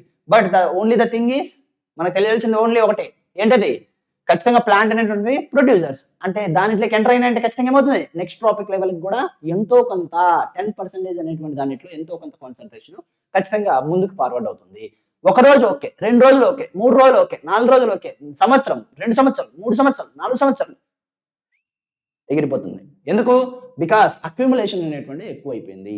అది మీకు చాలా చాలా ఇంపార్టెంట్. ఓకేనా, ఆ పాయింట్ ని మీకు ఇక్కడ క్లియర్ గా చెప్తున్నాడు. ఇదిగోండి, దానికి కంటిన్యూయేషన్ గా చూస్తే ఇదిగోండి, ways in which they enter into the food chain అని చెప్పేసి అక్కడి నుంచి మాట్లాడేసి సింపుల్ గా ఇదిగోండి ఈ పాయింట్ ని మీకు చాలా చాలా ఇంపార్టెంట్ డెఫినేషన్. ఏంటి definition? The maximum concentration of these chemicals get accumulated in our body. This phenomenon is called as biodegradable. ఏంటివి? బయోడిగ్రేడబుల్, సారీ రా, బయోలాజికల్ మ్యాగ్నిఫికేషన్. అర్థమైందా? బయోలాజికల్ మ్యాగ్నిఫికేషన్ అని చెప్పేసి లేదా బయోమాగ్నిఫికేషన్ అని చెప్పేసి రాస్తాడు. మరి హైగా ఎఫెక్ట్ అయ్యేటువంటి పర్సన్ ఎవడు అంటే, ఇదిగోండి హ్యూమన్ బీయింగ్స్ అనేటువంటి వాళ్ళు హైగా ఎఫెక్ట్ అవుతారు అనేటువంటి పాయింట్ ని మీకు క్లియర్ గా అక్కడ చెప్పాడు. ఓకేనా, అంటే సింపుల్ గా ఏం చెప్తున్నాడంటే, ప్లాంట్స్ అనేటువంటివి either it may be the aquatic, either it may be the terrestrial, what ever it may B. Terrestrial అయితే సాయిల్ నుంచి ఎంటర్ అవుతుంది, అదే ఆక్వాటిక్ అయితే కనుక ఖచ్చితంగా వాటర్ బాడీస్ నుంచి అక్కడికి ఎంటర్ అవుతుంది. ఖచ్చితంగా ప్లాంట్స్ నుంచి ఖచ్చితంగా ఏమవుతుంది, ఆ 10% ఏదైతే ముందుకు ఫార్వర్డ్ అవుతుందో ఆ 10% నుంచి ఖచ్చితంగా ప్రైమరీ కన్సూమర్స్కి వెళ్తుంది. ఆ ప్రైమరీ కన్సూమర్స్ నుంచి సెకండరీ కన్సూమర్స్ నుంచి ఖచ్చితంగా టెర్షరీ కన్సూమర్స్. మనకు తెలుసు టెర్షరీ కన్సూమర్స్ లో ఖచ్చితంగా మాక్సిమం ఎవరు ఉంటారంటే హ్యూమన్ అనేటువంటి అతను ఉంటాడు. ఈ హ్యూమన్ ఉండడం వల్ల ఏమవుతుందంటే, ఎప్పుడైతే ఈ టెర్షరీ కన్సూమర్ గా ఉండి సెకండరీ కన్సూమర్స్ తిన్నాడో అలా అక్యూములేట్ అవుతూ కొన్ని రోజుల తర్వాత ఏమవుతుందంటే, హ్యూమన్స్ లో ఎక్కువగా ఏమవుతుంది, హై కాన్సన్ట్రేషన్ అనేటువంటిది ఉంటుంది. హై కాన్సన్ట్రేషన్ అంటే మనం విత్ రెస్పెక్ట్ టు దేనితో మాట్లాడుతున్నాం అది ఇంపార్టెంట్. హై కాన్సన్ట్రేషన్ దేంతో, ఉన్నటువంటి సోర్స్ అయినటువంటి వాటర్ అండ్ సాయిల్ తో హై కాన్సన్ట్రేషన్ లో ఉందా, లేదా మన బాడీలో ఉండవలసిన దానికంటే హై కాన్సన్ట్రేషన్ ఉందా, అది ఇంపార్టెంట్. ఇక్కడ హై కాన్సన్ట్రేషన్ అనేటువంటిది with respect to our body, with respect to our body. అర్థమైందా? Our body. ఓకేనా, మన బాడీలో ఉండవలసిన దానికంటే ఎక్కువ అమౌంట్ లో ఉంది అని. అంతేగాని ఇక్కడ ఉన్నటువంటి ఈ వాటర్ సాయి బాడీలో ఎక్కువ దానికంటే ఎక్కువ ఉందని కాదు, దానిట్లో మనకంటే ఎక్కువ ఉంటుంది. ఎందుకు? పెస్టిసైడ్స్ కెమికల్స్ డైలీ వాడతాం మనం, వాడకుండా ఏముండం కదా. సో ఆ పాయింట్ మీకు చాలా చాలా ఇంపార్టెంట్. నా అట్లాంటి క్వశ్చన్ పేపర్ ఇచ్చాడంటే ఇట్లాంటినే ఇస్తాం. ఎందుకు? పిల్లోడి యొక్క యాప్టిట్యూడ్ అనేటువంటిది, వాడి యొక్క లాజికల్ థింకింగ్ లేదా అప్లికేషన్ ఓరియంటెడ్, ఎంత సబ్జెక్ట్ అర్థమైంది అనేటువంటి దాని గురించి తెలియాలంటే ఇటువంటి టైప్ ఆఫ్ క్వశ్చన్స్ అనేటువంటివి ఎక్కువగా రావాలి. సో ఈ పాయింట్ మీరు గుర్తుపెట్టుకోండి. నెక్స్ట్ ఇక్కడ ఉన్నటువంటి ఇంకోటి ఏంటంటే, ఇదిగోండి ఇక్కడ ఉన్న ఈ డయాగ్రామ్ అనేటువంటిది మీరు ఒకసారి చూడండి. ఇదంతా ఫుడ్ వెబ్. సరే ఇక్కడ నుంచి ఏం అడగచ్చు అంటే ఈ ఫ్రాగ్ అనేటువంటిది ఏదైతే ఉందో ఈ ఫ్రాగ్ ఏ ట్రాపిక్ లెవెల్లో వచ్చింది, అర్థమైందా? ఈ ఫ్రాగ్ అనేటువంటిది ఉన్నటువంటి ఈ దానిట్లో ఏ ట్రాపిక్ లెవెల్లో వచ్చింది అనేటువంటిది అడగచ్చు. అట్లా ఒక ఎగ్జామ్ నుంచి ఏ ట్రాపిక్ లెవెల్లో ఉంది అనేటువంటిది అడగచ్చు. చూడండి ఆ ఫ్రాగ్ ఎక్కడుంది, ఓన్లీ ఇక్కడే ఉంది. ఎక్కడుంది, ఇక్కడ ఉంది. అర్థమైందా? ఏ ట్రాపిక్ లెవెల్లో ఇన్వాల్వ్ అవ్వచ్చు అని అడిగితే ఏదైతే నీకు మల్టిపుల్ గా లేకుండా ఉంటుందో అంటే మోర్ ఫుడ్ చైన్స్లలో చూడండి ఇప్పుడు ఫ్రాగ్ ఉంది, ఫ్రాగ్ అనేటువంటిది ఇక్కడే ఉంది, ఇక్కడ లేదు, ఇక్కడి నుంచి ఏమైనా కనెక్షన్ ఉందా, లేదు. అట్లా ఆ విధమైనటువంటిదిగా మీకు అడగచ్చు. అంత కష్టపెట్టకూడదు అనుకుంటే సింపుల్ గా ఈ డయాగ్రామ్ ఇచ్చేసి ఇది ఎగ్జాంపుల్ ఫార్ అని అడుగుతాడు. ఈ డయాగ్రామ్ మీకు ఇచ్చేసి the given diagram source dash అని అంటాడు. అప్పుడు ఏంటి సింపుల్ గా ఫుడ్ వెబ్ అనేటువంటిది మీరు చెప్పాలి. ఓకేనా? ఏంటి ఫుడ్ వెబ్ అని చెప్పేసి చెప్పాలి. ఓకేనా? మరి ఈ దాన్ని ఇచ్చిన తర్వాత ఇంకో క్వశ్చన్ అడుగుతాడు. అల్టిమేట్ గా ఇచ్చినటువంటి డయాగ్రామ్ ని బేస్ చేసుకుని హైయెస్ట్ టాపిక్ లెవెల్లో ఉన్నటువంటి ఆర్గానిజం ఏది అని అడుగుతాడు. ఇప్పుడు చూడండి హైయెస్ట్ అని చెప్తే అన్ని వచ్చి ఎక్కడ ఆగాయి, ఇక్కడ ఆగాయి. ఈ క్వశ్చన్ మీకు చాలా చాలా ఇంపార్టెంట్. ఏంటి ఈ క్వశ్చన్? హైయెస్ట్ ట్రాపిక్ లెవెల్లో ఉన్నటువంటిది ఏంటి ఇక్కడ ఈ డయాగ్రామ్ లో అంటే టైగర్. ఓకేనా? లేదు అంటే నెక్స్ట్ ట్రాపిక్ లెవెల్ దానికి టైగర్ కి కిందలో ఉన్నటువంటి నెక్స్ట్ ట్రాపిక్ లెవెల్లో ఉన్నటువంటి ఆర్గానిజమ్స్ ఏంటివి, ఇవన్నీ అవి. వాటి పేర్లు మీకు తెలిస్తే రాయమంటాడు. లేదు అంటే ఆప్షన్స్ ఇచ్చేసి ఆ 4 ఇంటికి వాడే ఆప్షన్స్ ఇస్తాడు. ఆ ఆప్షన్స్ అనేటువంటివి చెప్తాడు అనమాట. ఓకేనా? ఆ ఆప్షన్స్ మీరు గుర్తుపెట్టాలి. మాక్సిమం అంత డెప్త్ వెళ్ళడు. అవన్నీ మీకు ఎక్కడ ఎస్ఎఫ్ఓలోనో లేదా ఒలింపియాడో ఇట్లాంటి క్వశ్చన్స్ అడిగినప్పుడు క్వశ్చన్ పేపర్ సెట్టర్ ఒకవేళ డయాగ్రామ్ బేస్డ్ క్వశ్చన్ గా ఇక్కడ ఇవ్వాలి అనుకుంటే ఖచ్చితంగా ఇస్తాడు. ఓకేనా? కంగారు పడద్దు. నెక్స్ట్ ఇందాక చెప్పాను సన్లైట్ మనకి మొత్తానికి ఫుడ్ అర్థమైందా? తర్వాత producers, herbivores, carnivores, top carnivores. ఇదేంటిది flow of energy. Flow of energy ఎలా ఉంటుంది? ఫస్ట్ సన్లైట్ నుంచి అక్కడి నుంచి వస్తుంది అని చెప్పేసి మీరు గుర్తుపెట్టుకోవాలి. చూడండి diagram sowing the flow of energy in an ecosystem. ఆ పాయింట్ మీకు చాలా చాలా గుర్తుండాలి. అక్కడితో ఈ పేజ్ అనేటువంటిది కూడా మనకి 3 అయిపోయింది. Next page. ఆ పేజ్కి వెళ్ళే ముందరగా ఖచ్చితంగా ఇది నేను ఆల్రెడీ ఎక్కడ చెప్పాను అని అంటే రీక్యాప్. ఇదేంటిది రీక్యాప్. ఎక్కడ చెప్పా చెప్పాలి. ఈ స్లైడ్ ఎక్కడి నుంచి తీసుకొని వచ్చాను అని అంటే ఏదైతే మైండ్ మ్యాప్స్ అనేటువంటి మీకు చెప్పానో ఆ మైండ్ మ్యాప్స్ లో నుంచి తీసుకొని వచ్చాను. సో క్వశ్చన్ అడిగేటువంటి అవకాశం ఉంటుంది అని చెప్పేసి మీకు కన్ఫ్యూజ్ అవ్వకుండా ఉండడానికి ఇది ఎగ్జాంపుల్ ఒక ఫుడ్ చైన్ అనేటువంటిది ఇచ్చాను. టైప్స్ ఆఫ్ ఆర్గానిజం పేరు ప్రొడ్యూసరా, హెర్బివోరా, కార్నివోరా, స్మాల్ అదే కార్నివోర్లో మళ్ళీ స్మాలా, లార్జా అనేటువంటిది. తర్వాత ట్రాపిక్ లెవెల్ అనేటువంటిది ఫస్ట్, సెకండ్, థర్డ్, ఫోర్త్. తర్వాత విచ్ టైప్ ఆఫ్ కన్సూమర్ గురించే మాట్లాడినా కాబట్టి ఫస్ట్ గా మన ప్రొడ్యూసర్ ఉంటుంది కాబట్టి ప్రొడ్యూసర్ కన్సూమర్ గా మనం తీసుకోం. ఓకేనా? మళ్ళీ తర్వాత హెర్బివోర్ అనేది ప్రైమరీ కన్సూమర్. ఎందుకు? కన్సూమర్స్ లో ఫస్ట్ గా ఉంది కాబట్టి ప్రైమరీ కన్సూమర్. దాని తర్వాత వచ్చేది సెకండరీ, తర్వాత టెర్షరీ, తర్వాత ఉంటే నీకు రాయొచ్చు కానీ ఇక్కడ మాత్రం లేదు. ఓకేనా? సో ఇవి మీరు గుర్తుపెట్టుకుంటే మీ సిలబస్ ప్రకారం సరిపోతుంది. ఇది మీకు అక్కడ ఇచ్చిన డయాగ్రామ్ ఉంది కదా ఆ డయాగ్రామ్ బేస్డ్ గా నేను తయారు చేసినటువంటి షార్ట్ నోట్స్. సో జాగ్రత్తగా మీరు ఇది గుర్తుపెట్టుకున్నా కానీ సెట్ అయిపోతుంది. Next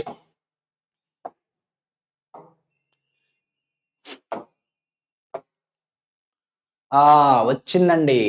next page important 8 marks question వచ్చేటువంటి అవకాశం ఎక్కడ ఉంది అంటే ఫుడ్ చైన్ లో ఏదో ఒకటి ఫుడ్ చైన్ మీద పడుతుంది లేదా మ్యాన్ ఈవెంట్స్ వల్ల జరిగేటువంటి అనర్థాలు ఏంటివి అనేటువంటి వాటి మీద అడగచ్చు. బయో మ్యాగ్నిఫికేషన్ లో కొంత ఆగిపోయింది. ఆ కొంత డిస్కస్ చేసుకుని తర్వాత నెక్స్ట్ మాట్లాడుకుందాం. బయో మ్యాగ్నిఫికేషన్ లో చూడండి ఇదిగోండి బయో మ్యాగ్నిఫికేషన్ లో ఆవార్ ఉంది కదా అదే అనమాట. చూడండి ఈ క్వశ్చన్ మీకు అప్లికేషన్ ఓరియంటెడ్ గా డైరెక్ట్ గా అడగచ్చు. ఆ క్వశ్చన్ మీరు కంపల్సరిగా గుర్తుపెట్టుకోండి. ఏమని? ఎందుకు మన wheat, rice, vegetables, fruits, meat లోను తర్వాత వేరియింగ్ అమౌంట్స్ లో పెస్టిసైడ్ యొక్క రెసిడ్యూస్ ఉన్నాయి అని అంటే దానికి కారణం ఏంటంటే బికాస్ ఆఫ్ బయోలాజికల్ మ్యాగ్నిఫికేషన్ అనే పాయింట్ ని మీరు గుర్తుపెట్టుకోవాలి. అర్థమైందా? మరి సార్ నేను బాగా వాష్ చేశాను, ఈటా సోప్ వేసాను, వాటికి సర్ఫ్ ఎక్సెల్ వేసాను, లేదా ఖచ్చితంగా ఏవి ఉన్నటువంటి ఫేస్ మాస్క్ తర్వాత డిఫరెంట్ అన్ని వేసాను, పోతాయి అంటే పోవాయి. సో చూడండి they cannot always be removed by washing or other means. నువ్వు అల్ట్రావైలెట్ రేస్ వేసి చేస్తానన్నా కానీ మ్యాక్సిమం పోవడానికి అవకాశం ఉండదు. ఓకేనా? గుర్తుపెట్టుకోండి. ఇది వెరీ వెరీ ఇంపార్టెంట్. ఇక్కడ 2 క్వశ్చన్లు మీకు అరైజ్ అయ్యేటువంటి ఆస్కారం ఉంది. ఈ 2 మీకు ఖచ్చితంగా గుర్తుండాలి. నెక్స్ట్ ఏదైతే యాక్టివిటీ అని ఇచ్చాడో ఈ యాక్టివిటీ కింద ఏం చెప్పాలనుకుంటున్నాడు? Newspaper about pesticides levels in పక్కన పెట్టేయండి. What do you think that food items are pesticides our body same through the food products to అది కూడా పక్కన పెట్టేయండి. ఏమి ఇబ్బంది లేదు. ఎందుకు దాని గురించి మాట్లాడుకున్నాం పైన. Discussed what methods could be applied to reduce our intake of pesticides. ఇది 4 మార్క్స్. ఇది 4 మార్క్స్ ఖచ్చితంగా అడుగుతాడు. ఓకేనా? అది 4 మార్క్స్. నెక్స్ట్ వచ్చేసాం. నెక్స్ట్ చూడండి. ఏంటి? How do our activities affect the environment. ఇంతవరకు మనం మాట్లాడుకుంది 13.1. ఇప్పుడు ఏంటంటే హ్యూమన్స్ యొక్క ఇంటర్వెన్షన్ ద్వారా, అంటే మనం ఇన్వాల్వ్ అవ్వడం వల్ల ఏమేమి ఎఫెక్ట్స్ అనేటువంటివి ఖచ్చితంగా జరుగుతుంది అనేటువంటి దాని గురించి ఇక్కడ మాట్లాడుతున్నాడు. ఆల్రెడీ చూడండి, మళ్ళీ క్లాస్ 9th అన్నాడు. క్లాస్ 9th అన్నాడు అంటే ఏం చెప్తున్నాడు?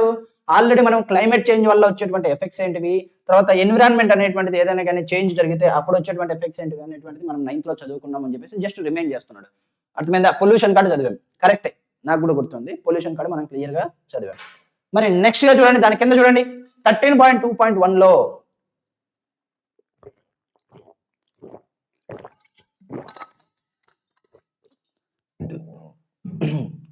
చూడండి 13.2.1 ఓజోన్ లోయర్ అనేటువంటి దాని గురించి మాట్లాడుతుంది. దాని ముందర ఒకటి హ్యూమన్స్ ఇన్వాల్వ్ అవ్వడం వల్ల మేజర్ గా ఉన్నటువంటి ఏవి చేంజెస్ అనేవి ఎక్కడ కనిపెట్టాయి అని అంటే చూడండి, depletion of ozone layer and waste disposal. ఈ రెండు అనేటువంటిది పెక్యులర్ గా most 2 environmental pollutions right now. అర్థమైందా? అంటే హాట్ పొటాటో చిప్స్ అని అంటారు కదా, ఆ మాదిరిగా అనమాట.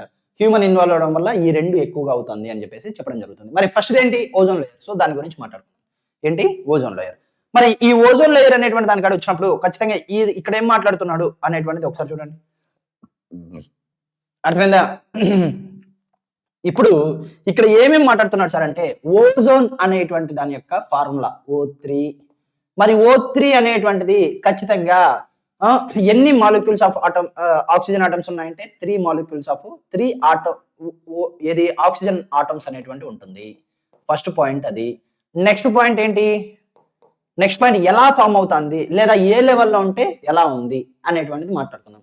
ఓకేనా? చూడండి, O3 అనేటువంటిది కనుక ఖచ్చితంగా మనకి ట్రాపిక్ లెవెల్లో ఉందా, అంటే మన భూమి అట్మాస్ఫియర్ లెవెల్లో ఉందా, ఖచ్చితంగా ఏమవుతుందంటే అది డెడ్లీ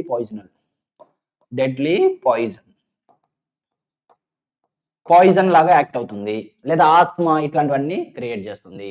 అర్థమైందా? అట్లా లేదు, higher trophic level of the atmosphere లో ఉందా, అంటే స్ట్రాటోస్ఫియర్ లెవెల్లో గంగా ఉందా, అప్పుడు మనకేం చేస్తుందంటే యువి రేస్ అనేటువంటివి డైరెక్ట్ గా ఎర్త్ కి రీచ్ అవ్వకుండా ప్రొటెక్షన్ ఇస్తుంది. అంటే ప్రొటెక్టివ్ లేయర్ లాగా ఫామ్ అవుతుంది. ఏమవుతుంది? Protective layer from sun rays. అది కూడా ఏ type of sun rays? UV rays అనేటువంటిది రాకుండా అది కాపాడుతుంది. ఓకేనా? అంటే షీల్డ్ లాగా యాక్ట్ అవుతుంది అని చెప్పేసి సింపుల్ గా ఆ పాయింట్లు ఇక్కడ చెప్పాడు. ఓకే, ఇది దాని యొక్క యూజ్. నెక్స్ట్ పారాగ్రాఫ్ చూడండి. నెక్స్ట్ ఏమన్నాడు? This radiation highly damaging to the organism, for example it known as cancer in the human being. అంటే ఏవైతే నీకు షీల్డ్ గా యాక్ట్ అవుతుందో, షీల్డ్ గా యాక్ట్ అయ్యేదేంటి? O3. ఏ దానికి షీల్డ్ గా? ఖచ్చితంగా యువి రేస్ అనేటువంటివి ఎక్కడి నుంచి? సన్ నుంచి డైరెక్ట్ గా ఎర్త్ కు రీచ్ అవ్వకుండా షీల్డ్ గా యాక్ట్ అవుతుంది. అవునా? మరి ఒకవేళ రీచ్ అయితే యువి రేస్ ఏం చేస్తుంది అంటే క్యాన్సర్స్ అనేటువంటివి, స్కిన్ క్యాన్సర్స్, తర్వాత ఓకేనా, హెల్త్ ప్రాబ్లమ్స్ అనేటువంటివి క్రియేట్ చేస్తుంది. ఓకేనా? మనకి హ్యూమన్స్ కి అయితే స్కిన్ క్యాన్సర్స్, అదే ప్లాంట్స్ కి అయితే క్లోరోఫిల్స్ అనేటువంటివి వాటి యొక్క రేస్ వల్ల పడేటువంటి వాటి వల్ల వాటి యొక్క డీనాచురేషన్ అనేటువంటిది అయిపోతుంది. ఇట్లా డిఫరెంట్ అనేటువంటిది మనం మాట్లాడుకుంటాం. తర్వాత ఇది చూడండి, హయ్యర్ లెవెల్స్ ఆఫ్ ఏది అట్మాస్ఫియర్ లో ఏమవుతుంది, ఎక్కడ ప్రొడ్యూసన్ అవుతుంది అనేటువంటిది ఇక్కడ మాట్లాడుతుంది. ఎలా ప్రొడ్యూస్ అవుతుంది, ఎట్లా ప్రొడ్యూస్ అవుతుంది అనేటువంటిది ఒకసారి మాట్లాడదాం. చూడండి, O3 ఎక్కడుంది, ఎక్కడ ప్రొడ్యూస్ అవుతుంది? స్ట్రాటోస్ఫియర్ లో ప్రొడ్యూస్ అవుతుంది. ఎక్కడ? స్ట్రాటోస్ఫియర్ లో. ఎలానో చూద్దాం. ఫస్ట్ స్టెప్ 1, ఎప్పుడైతే నీకు ఆక్సిజన్ మాలిక్యూల్ అనేటువంటిది ఉందో దాని మీద ఏం పడుతుంది? సన్ కాన్ నుంచి వచ్చేటువంటి ఏమొస్తున్నాయి? సన్ కాన్ నుంచి సన్ రేస్. ఆ సన్ రేస్ ఏంటివి? ఖచ్చితంగా ఆ సన్ రేస్ ఏంటివి? UV rays. ఏమొస్తున్నాయి? యూవీ రేస్ అనేటువంటివి వస్తున్నాయి. ఆ యూవీ రేస్ ఎప్పుడైతే పడ్డాయో O2 మాలిక్యూల్ ఖచ్చితంగా ఏ విధంగా స్ప్లిట్ అవుతుంది సార్ అంటే నాసెంట్ ఆక్సిజన్ మాలిక్యూల్స్ లాగా ఫార్మ్ అవుతుంది. నాసెంట్ అనేటువంటిది ఇంపార్టెంట్. గుర్తుపెట్టుకోండి. ఇక్కడ ఏమో చూడండి 2 అనేటువంటిది ఏ విధంగా మారిపోయింది? 1, 1 ఉన్నటువంటిగా మారిపోయింది. అంటే నాసెంట్ ఆక్సిజన్స్ అనేటువంటివి ఫార్మ్ అయినాయి. Nascent oxygens. మరి స్టెప్ 2లో ఏమవుతుంది సార్ అనంటే స్టెప్ 2 చూడండి. ఏంటి? స్టెప్ 2. స్టెప్ 2లో ఏమవుతుంది సార్ అనంటే సింపుల్‌గా ఇక్కడ వెరీ వెరీ ఇంపార్టెంట్ థింగ్ ఏదైతే నాసెంట్ ఆక్సిజన్ మాలిక్యూల్స్ అక్కడ ఫార్మ్ అయినాయో ఇవి ఉన్నటువంటి అట్మాస్ఫియర్‌లో ఉన్నటువంటి O2 మాలిక్యూల్స్‌తో కంబైన్ అవుతుంది. O2 మాలిక్యూల్స్‌తో కంబైన్ అవ్వడం వల్ల ఏమవుతుంది సార్ అనంటే సింపుల్‌గా O1 అనేటువంటిది ఇక్కడ 2 అనేటువంటి 2 ఉండడం వల్ల O3 అనేటువంటిది ఫార్మ్ అవుతుంది. అంటే 3 అనేటువంటివి ఓజోన్ అనేటువంటిది ఫార్మేషన్ జరుగుతుంది. అంటే ఓజోన్ ఫార్మేషన్ ఎలా? స్టెప్ 1 O2 మీద ఎప్పుడైతే యూవీ రేస్ పడతాయో O2 అనేటువంటి నాసెంట్ ఆక్సిజన్ మాలిక్యూల్ లాగా ఆ మాలిక్యూల్ అనకూడదు ఆటం లాగా కన్వర్ట్ అవుతుంది. ఖచ్చితంగా ఏది నాసెంట్ ఆక్సిజన్ ఆటం అనేటువంటిది ఎప్పుడైతే O2తో కంబైన్ అవుతుందో కంపల్సరీగా ఏమవుతుంది? O3 ఓజోన్ మాలిక్యూల్స్ అనేటువంటివి ఫార్మ్ అవుతుంది. ఈ పాయింట్‌ని మీరు జాగ్రత్తగా గుర్తుపెట్టుకోవాలి. అంటే ఖచ్చితంగా ఒక్క O2 అనేటువంటిది స్ప్లిట్ అయితే ఫార్మేషన్ ఆఫ్ 2 ఓజోన్ మాలిక్యూల్స్ అనేటువంటిది జరుగుతుంది. మరి O2 ఎక్కువగా సార్ అట్మాస్ఫియర్‌లో ఈ పాయింట్ మిమ్మల్ని అడుగుతాడు జనరల్‌గా ఏమని అట్మాస్ఫియర్‌లో మనకి 21% ఆఫ్ అరౌండ్‌గా ఏది 28, 21 28 అనుకుంటా. 28% ఆఫ్ ఏముంది ఖచ్చితంగా 28 ఏనా? అది 78% ఇది 21. సో 21 సారీ నాన్న. 21 అని ఒకసారి రెఫర్ చేసుకోండి నాన్న. 21% ఆఫ్ ఖచ్చితంగా ఏముంది? ఆక్సిజన్ ఉంది. ఓకేనా? ఏంటి? ఆక్సిజన్. మరి సన్ నుంచి నిరంతరం ఏవి యూవీ రేస్ అని పడతానే ఉంటాయి. మరి ఖచ్చితంగా ఉన్నటువంటి ఏదైతే ఆక్సిజన్ మాలిక్యూల్స్ ఉన్నాయో ఖచ్చితంగా అవి ఏంటి? ఖచ్చితంగా యూవీ పడడం వల్ల ఎక్కువ నాసెంట్‌గా వచ్చి ఖచ్చితంగా ఎక్కువ ఒత్తిడి రావాలి కదా! మరి రావట్లేదు ఎందుకు? ఓన్లీ లిమిటెడ్ గానే ఉన్నాయి ఎందుకు? బికాస్ ఎవరీ 10 లాక్స్‌లో ఏంటి? ఎవరీ 10 లాక్స్ O2లో ఓన్లీ ఎన్ని ఫార్మ్ అవుతాయి సార్ అంటే 3-5 O3 అనేటువంటిది ఫార్మ్ అవుతుంది. చూడండి. అందుకు కారణం అది మనకి very very important. Every 10 lakhs O2 molecules అనేటువంటివి ఏవైతే ఉన్నాయో అవి ఎంత ఓజోన్ మాలిక్యూల్స్‌ని ప్రొడ్యూస్ చేస్తాయి సార్ అంటే ఓన్లీ 3-5 అని మాత్రమే ఉంటుంది. అది ఎక్కడ చదివారు? 9థ్ క్లాస్‌లో చదువుతారు. ఎక్కడ? 9థ్ క్లాస్‌లో. సో ఆ పాయింట్ మీరు గుర్తుపెట్టుకోండి. ఓకేనా? ఇది కారణం. అక్కడితో ఈ ఏదైతే ఇక్కడ ఉన్నటువంటిది ఏదుందో ఇది కూడా మనం మాట్లాడేసుకున్నాం. ఇప్పుడు వెరీ వెరీ ఇంపార్టెంట్ థింగ్ ఏంటంటే ఇక్కడ వస్తున్నటువంటి ఈ కెమికల్ ఫార్ములాస్ ఇవి ఖచ్చితంగా ఈక్వేషన్స్ అనేటువంటివి ఫైనల్ ఎగ్జామ్‌లో కూడా మీకు అడిగేటువంటి ఆస్కారం ఉంటుంది. సో ఇవి ఖచ్చితంగా మీరు గుర్తుపెట్టుకోవాలి. ఏంటి? ఇవి ఖచ్చితంగా మీరు గుర్తుపెట్టుకోవాల్సిందే.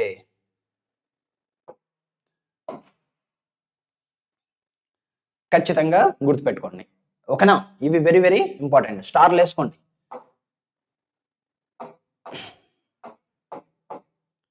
ఎన్నేద్దాం? నా నా నా నా తా నా నా నా తానానే నానే తానా నా నా నానే నానే నానే నా అమ్మో! ఇంత సైజ్ ఉందేంటిది? 1, 2, 3, 4, 5 5 స్టార్. ఖచ్చితంగా ఫోటోసింథసిస్, రెస్పిరేషన్ మీద ఈక్వేషన్ మిస్ అయితే ఖచ్చితంగా ఇక్కడి నుంచే ఫైనల్ ఎగ్జామ్ కూడా యూజ్ అవుతుంది కాబట్టి ఇక్కడే గుర్తుపెట్టేసుకోండి. ఓకేనా? Very good. నెక్స్ట్ దాని కింద చూడండి. దాని కింద పారాగ్రాఫ్ చూడండి. The amount of ozone in the atmosphere Bjorn drop sharply. ఇదంతా ఏ దాని గురించి మాట్లాడుతున్నది అంటే ఓజోన్ డిప్లేషన్ గురించి మాట్లాడుతున్నారు. ఏ దాని గురించి మాట్లాడుతున్నారు? ఓజోన్ డిప్లేషన్ అనేటువంటి దాని గురించి మాట్లాడుతున్నారు. ఏంటి? Ozone depletion. ఓజోన్ డిప్లేషన్ ఎప్పుడు స్టార్ట్ అయింది? అది ఇంపార్టెంట్. ఫస్ట్ గా ఓజోన్ డిప్లేషన్ ఎప్పుడు స్టార్ట్ అయింది? 1980s లో జరిగింది. ఇదిగోండి ఎక్కడుంది? హాస్ బీన్ లింక్డ్ టు ఇదిగో 1980s. ఎక్కడ? 1980s అని చెప్పేసి ఏదైతే ఉందో ఆ 1980s అనేటువంటి దాని కాడ మనకి చాలా చాలా ఇంపార్టెంట్. ఈ పాయింట్ ని మీరు గుర్తుపెట్టుకోవాలి. 1980s. నెక్స్ట్ పాయింట్ ఏముంది? ఇక్కడ ఎందుకు కారణం? వై? ఏ దాని వల్ల అలా జరుగుతుంది అంటే బికాస్ ఆఫ్ దీస్ క్లోరోఫ్లోరోకార్బన్స్. ఏంటి అవి? Because of release of synthetic chemicals like chlorofluorocarbons. అర్థమైందా? మరి ఆ క్లోరోఫ్లోరోకార్బన్స్ ఎక్కడ యూజ్ చేస్తాము? ఇదిగోండి రిఫ్రిజిరేటర్స్, ఫైర్ ఎక్స్టింగ్విషర్స్ ఏవైతే ఉన్నాయో వాటిల్లో వాడుతున్నాము. వాటిల్లో వాడడం వల్ల ఏమవుతుంది ఖచ్చితంగా అవి ఎన్విరాన్మెంట్‌లోకి వచ్చేసి ఖచ్చితంగా మనకి ఏమవుతుంది అవంతా ఎన్విరాన్మెంట్‌ని ఓ3ని క్లీవ్ చేస్తుంది. ఇప్పుడు మరి దాన్ని ప్రివెంట్ చేయడానికి ఏం చేశారు 1987లో ఖచ్చితంగా ఒక రూల్ అనేటువంటిది తీసుకొనొచ్చారు. రూల్ అని కదా అప్పుడు ప్లానింగ్ చేసుకున్నారు. UNEP very very important. రేపు ఫుల్ ఫామ్ ఖచ్చితంగా వచ్చేటువంటిది యుఎన్ఈపీ. ఒకవేళ క్వశ్చన్ ఫుల్ ఫామ్ మీద ఇవ్వాలి అనుకుంటే క్లోరోఫ్లోరోకార్బన్స్ లేదా యుఎన్ఈపీ అనేటువంటి వాటి మీదనే ఖచ్చితంగా రేపు 1 మార్క్ క్వశ్చన్ అనేటువంటిది రావచ్చు అని నా అంచనా. ఒకవేళ ఫుల్ ఫామ్ అనేటువంటిది ఇస్తే. సో జాగ్రత్తగా దాన్ని చూసుకోండి. చూడండి the United Nations Environment Programme అనేటువంటిది ఏదైతే ఉందో అది యుఎన్ఈపీ అన్నమాట. అర్థమైందా? చూడండి ఎప్పుడు సక్సెస్ అయిందంట 1987లో సక్సెస్ అయింది. మరి స్టార్ట్ చేసింది ఎప్పుడు 1986లో. అర్థమైందా? 1986లో. ఇది చాలా చాలా ఇంపార్టెంట్. మరి ఖచ్చితంగా ఆ దాని ద్వారా మళ్ళీ ఏం చేశారు సార్ అంటే ఏవైతే రిఫ్రిజిరేటర్ కావచ్చు లేదా ఫైర్ ఎక్స్టింగ్విషర్స్ కావచ్చు వీటిల్లో క్లోరోఫ్లోరోకార్బన్స్ కాకుండా వేరే వాటిని రిప్లేస్ చేసేటువంటి కెమికల్స్ అనేటువంటి యూజ్ చేయడము జరిగింది. Simple thing. ఇది మనకి ఓజోన్ డిప్లేషన్. మరి ఓజోన్ డిప్లేషన్ అనేటువంటి దాని గురించి మాట్లాడినప్పుడు మనము ఈ మొత్తం అంతా మాట్లాడుకోవాలి. ఒక్క నిమిషము. దాని గురించి మేనేజింగ్ ద గార్బేజ్. ఓకే. ఇక్కడ ఇది అయిపోయింది కదా! ఓకే. ఇప్పుడు చూడండి. ఒక్కసారి ఓజోన్ డిప్లేషన్ కదా! మరి ఈ ఓజోన్ డిప్లేషన్‌లో క్లోరోఫ్లోరోకార్బన్ యొక్క రోల్ ఏంటో ఒకసారి చూద్దాం. O3 oh my God! Okay. జాగ్రత్తగా చూడండి. ఏంటి O3 అనేటువంటిది ఉంది. ఎప్పుడైతే O3 అనేటువంటిది ఉందో O3 యొక్క స్ట్రక్చర్ ఎలా ఉంటుంది? ఇలా ఉంటుంది. 3 ఆక్సిజన్ ఆటమ్స్ ఉంటాయి కదా! సో O3 అనేటువంటిది ఇలా లింక్ అయితుంది. సార్ ఓన్లీ సింగిల్ బాండ్ గీసారంటే సింగిల్ బాండ్ గీయట్లేదు. వాటి యొక్క లోన్ పేరు ప్రకారంగా లివిడ్ స్ట్రక్చర్ ప్రకారంగా నాకు అవి గుర్తున్నాయి. ఓకేనా? బాండ్స్ ఎన్ని ఉంటాయి అన్ని గుర్తున్నాయి. జస్ట్ మీకు అర్థం కావడానికి చెప్తున్నా. మళ్ళీ మీరు కామెంట్ పెట్టొద్దండి. సార్‌కు తెలియదు అని. ఓకేనా? చూడండి O3 అనేటువంటిది ఏంటి? ఓజోన్. ఓజోన్ అనేటువంటిది ఎప్పుడైతే మనం మాట్లాడుతున్నామో ఓజోన్ లో ఖచ్చితంగా ఎన్ని ఉన్నాయి 3 ఆక్సిజన్ మాలిక్యూల్. ఇదేమో 1 ఇదే సారీ 1 2 3 ఎట్లైనా వేసుకోవచ్చు నెంబరింగ్. ఇట్లైనా వేయచ్చు అట్లైనా వేయచ్చు. కాకపోతే ఫిక్స్డ్ గా ఫస్ట్ నెంబరింగ్ ఏదానికి వేయాలంటే మిడిల్ దానికి వేయాలి. కాకపోతే మీకు అర్థం కావడానికి 1 2 3 అనేటువంటిది నేను ఇచ్చాను. ఎందుకు మిడిల్ వేయాలంటే అదన్నీ మీరు కెమిస్ట్రీ ఇంటర్మీడియట్ లో అజయ్ సార్ చెప్పారు, కంగారు పడకండి. ఓకేనా? సో 1 2 3 అనేటువంటిది మీరు జాగ్రత్తగా గుర్తుపెట్టుకోవాలి.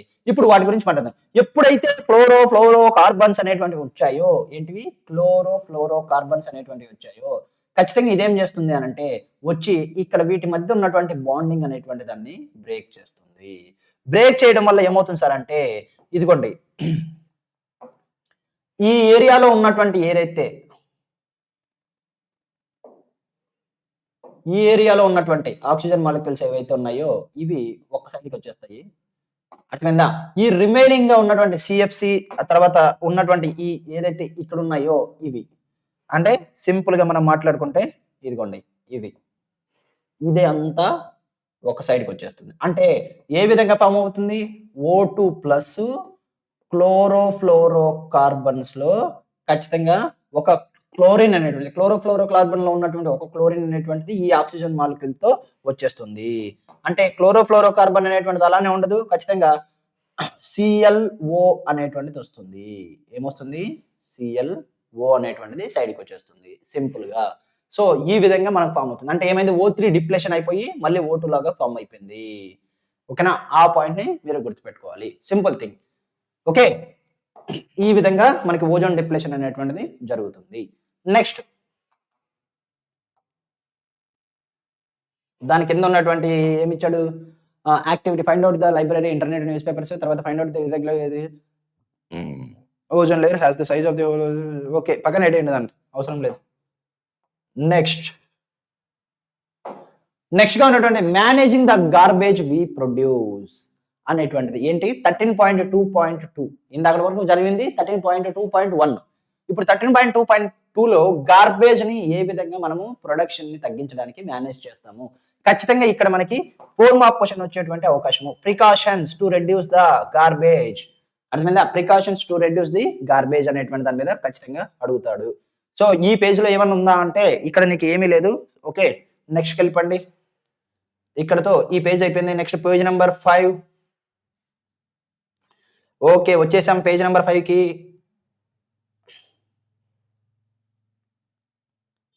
Okay, very good.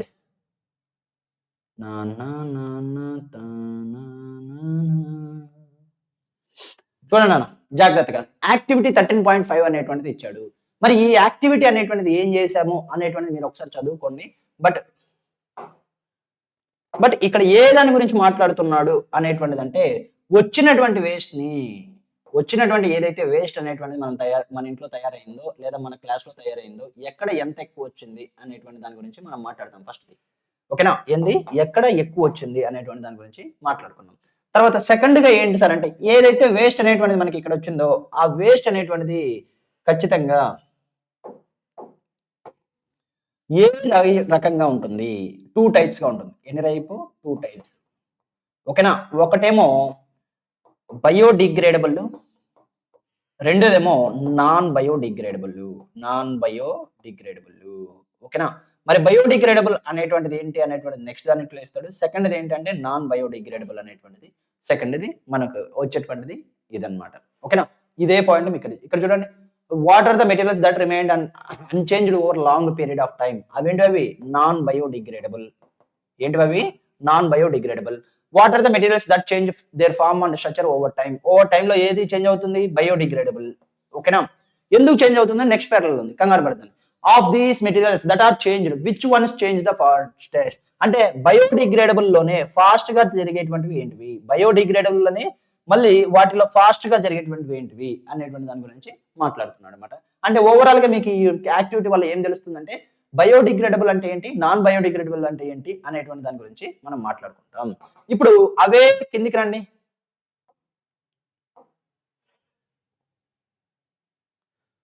Okay, we have scene నుంచి ఎక్కడ ఎండింది? ఇంకొక కాస్త.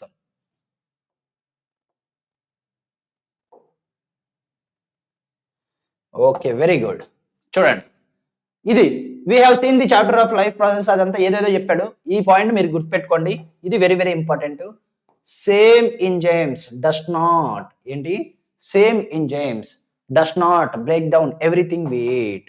ఏ విధంగా అయితే అక్కడ మనం చూసాము, మన బాడీలో ఏది ప్రోటీన్స్ కి ఒకటి కావాలి, కార్బోహైడ్రేట్స్ కి ఒకటి కావాలి, రెండోది కంపల్సరీగా ఏది ఫ్యాట్స్ కి బైల్ సాల్ట్స్ కావాలి, తర్వాత లైపేస్ ఎంజైమ్ కావాలి. ఆ విధంగానే ఇక్కడ కూడా ఏమని చెప్తున్నాడు అంటే సింపుల్ గా ఖచ్చితంగా అదే విధంగా ఇక్కడ కూడా మనకి ఎంజైమ్స్ అనేటువంటిది ఆ పాయింట్ క్లియర్ గా మాట్లాడుతున్నాడు. ఇదిగోండి, enzymes are specific in their action in అర్థమైందా? For the break down of a particular substances. Simple thing. Okay, ఇక్కడ ఎంజైమ్స్ అనేటువంటి వర్డ్ దేనికి యూజ్ చేయాలి అది మీకు తెలియాలి. ఎంజైమ్స్ అనేటువంటి వర్డ్ కంపల్సరీగా ఉన్నటువంటి ఏవైతే 2 టైప్స్ ఆఫ్ వేస్ట్ అనేటువంటి మనకు వచ్చిందో ఆ వేస్ట్ లో బయోడిగ్రేడబుల్ కి మాత్రమే మనం ఎంజైమ్స్ అనేటువంటి టాపిక్ వస్తుంది. మరి నాన్ బయోడిగ్రేడబుల్ కి ఏమవుతుంది సార్ అంటే ఎంజైమ్స్ అనేటువంటిది వర్తించదు. ఎందుకు? వాటిని క్లీవ్ చేసేటువంటి ఎంజైమ్స్ అనేటువంటి లేవు. అర్థమైందా? మరి ఇక్కడ ఎంజైమ్స్ అనేటువంటి బయోడిగ్రేడబుల్ అన్నావు సార్. ఓకే, నీతో పాటు నేను ఖచ్చితంగా అసెప్ట్ చేశాను. ఈ ఎంజైమ్ అనేటువంటిది ఖచ్చితంగా ఏ దానికి సంబంధించినటువంటి అంటే ఖచ్చితంగా ఇది బయోడిగ్రేడబుల్ గురించి మాట్లాడుతుంది. ఏంటి? బయోడిగ్రేడబుల్ గురించి మాట్లాడావు అని నేను ఒప్పుకుంటాను. ఓకే, మరి బయోడిగ్రేడబుల్ అన్నప్పుడు థర్డ్ క్వశ్చన్ ఒకటి వచ్చింది కదా, ఏది ఫాస్ట్ అని అడిగాడు కదా. మరి అది దేని మీద డిపెండ్ అవుతుందంటే ఇక్కడ ఇన్వాల్వ్ అయ్యేటువంటి ఎంజైమ్స్ మీద డిపెండ్ అవుతుంది. గుర్తుపెట్టుకోండి.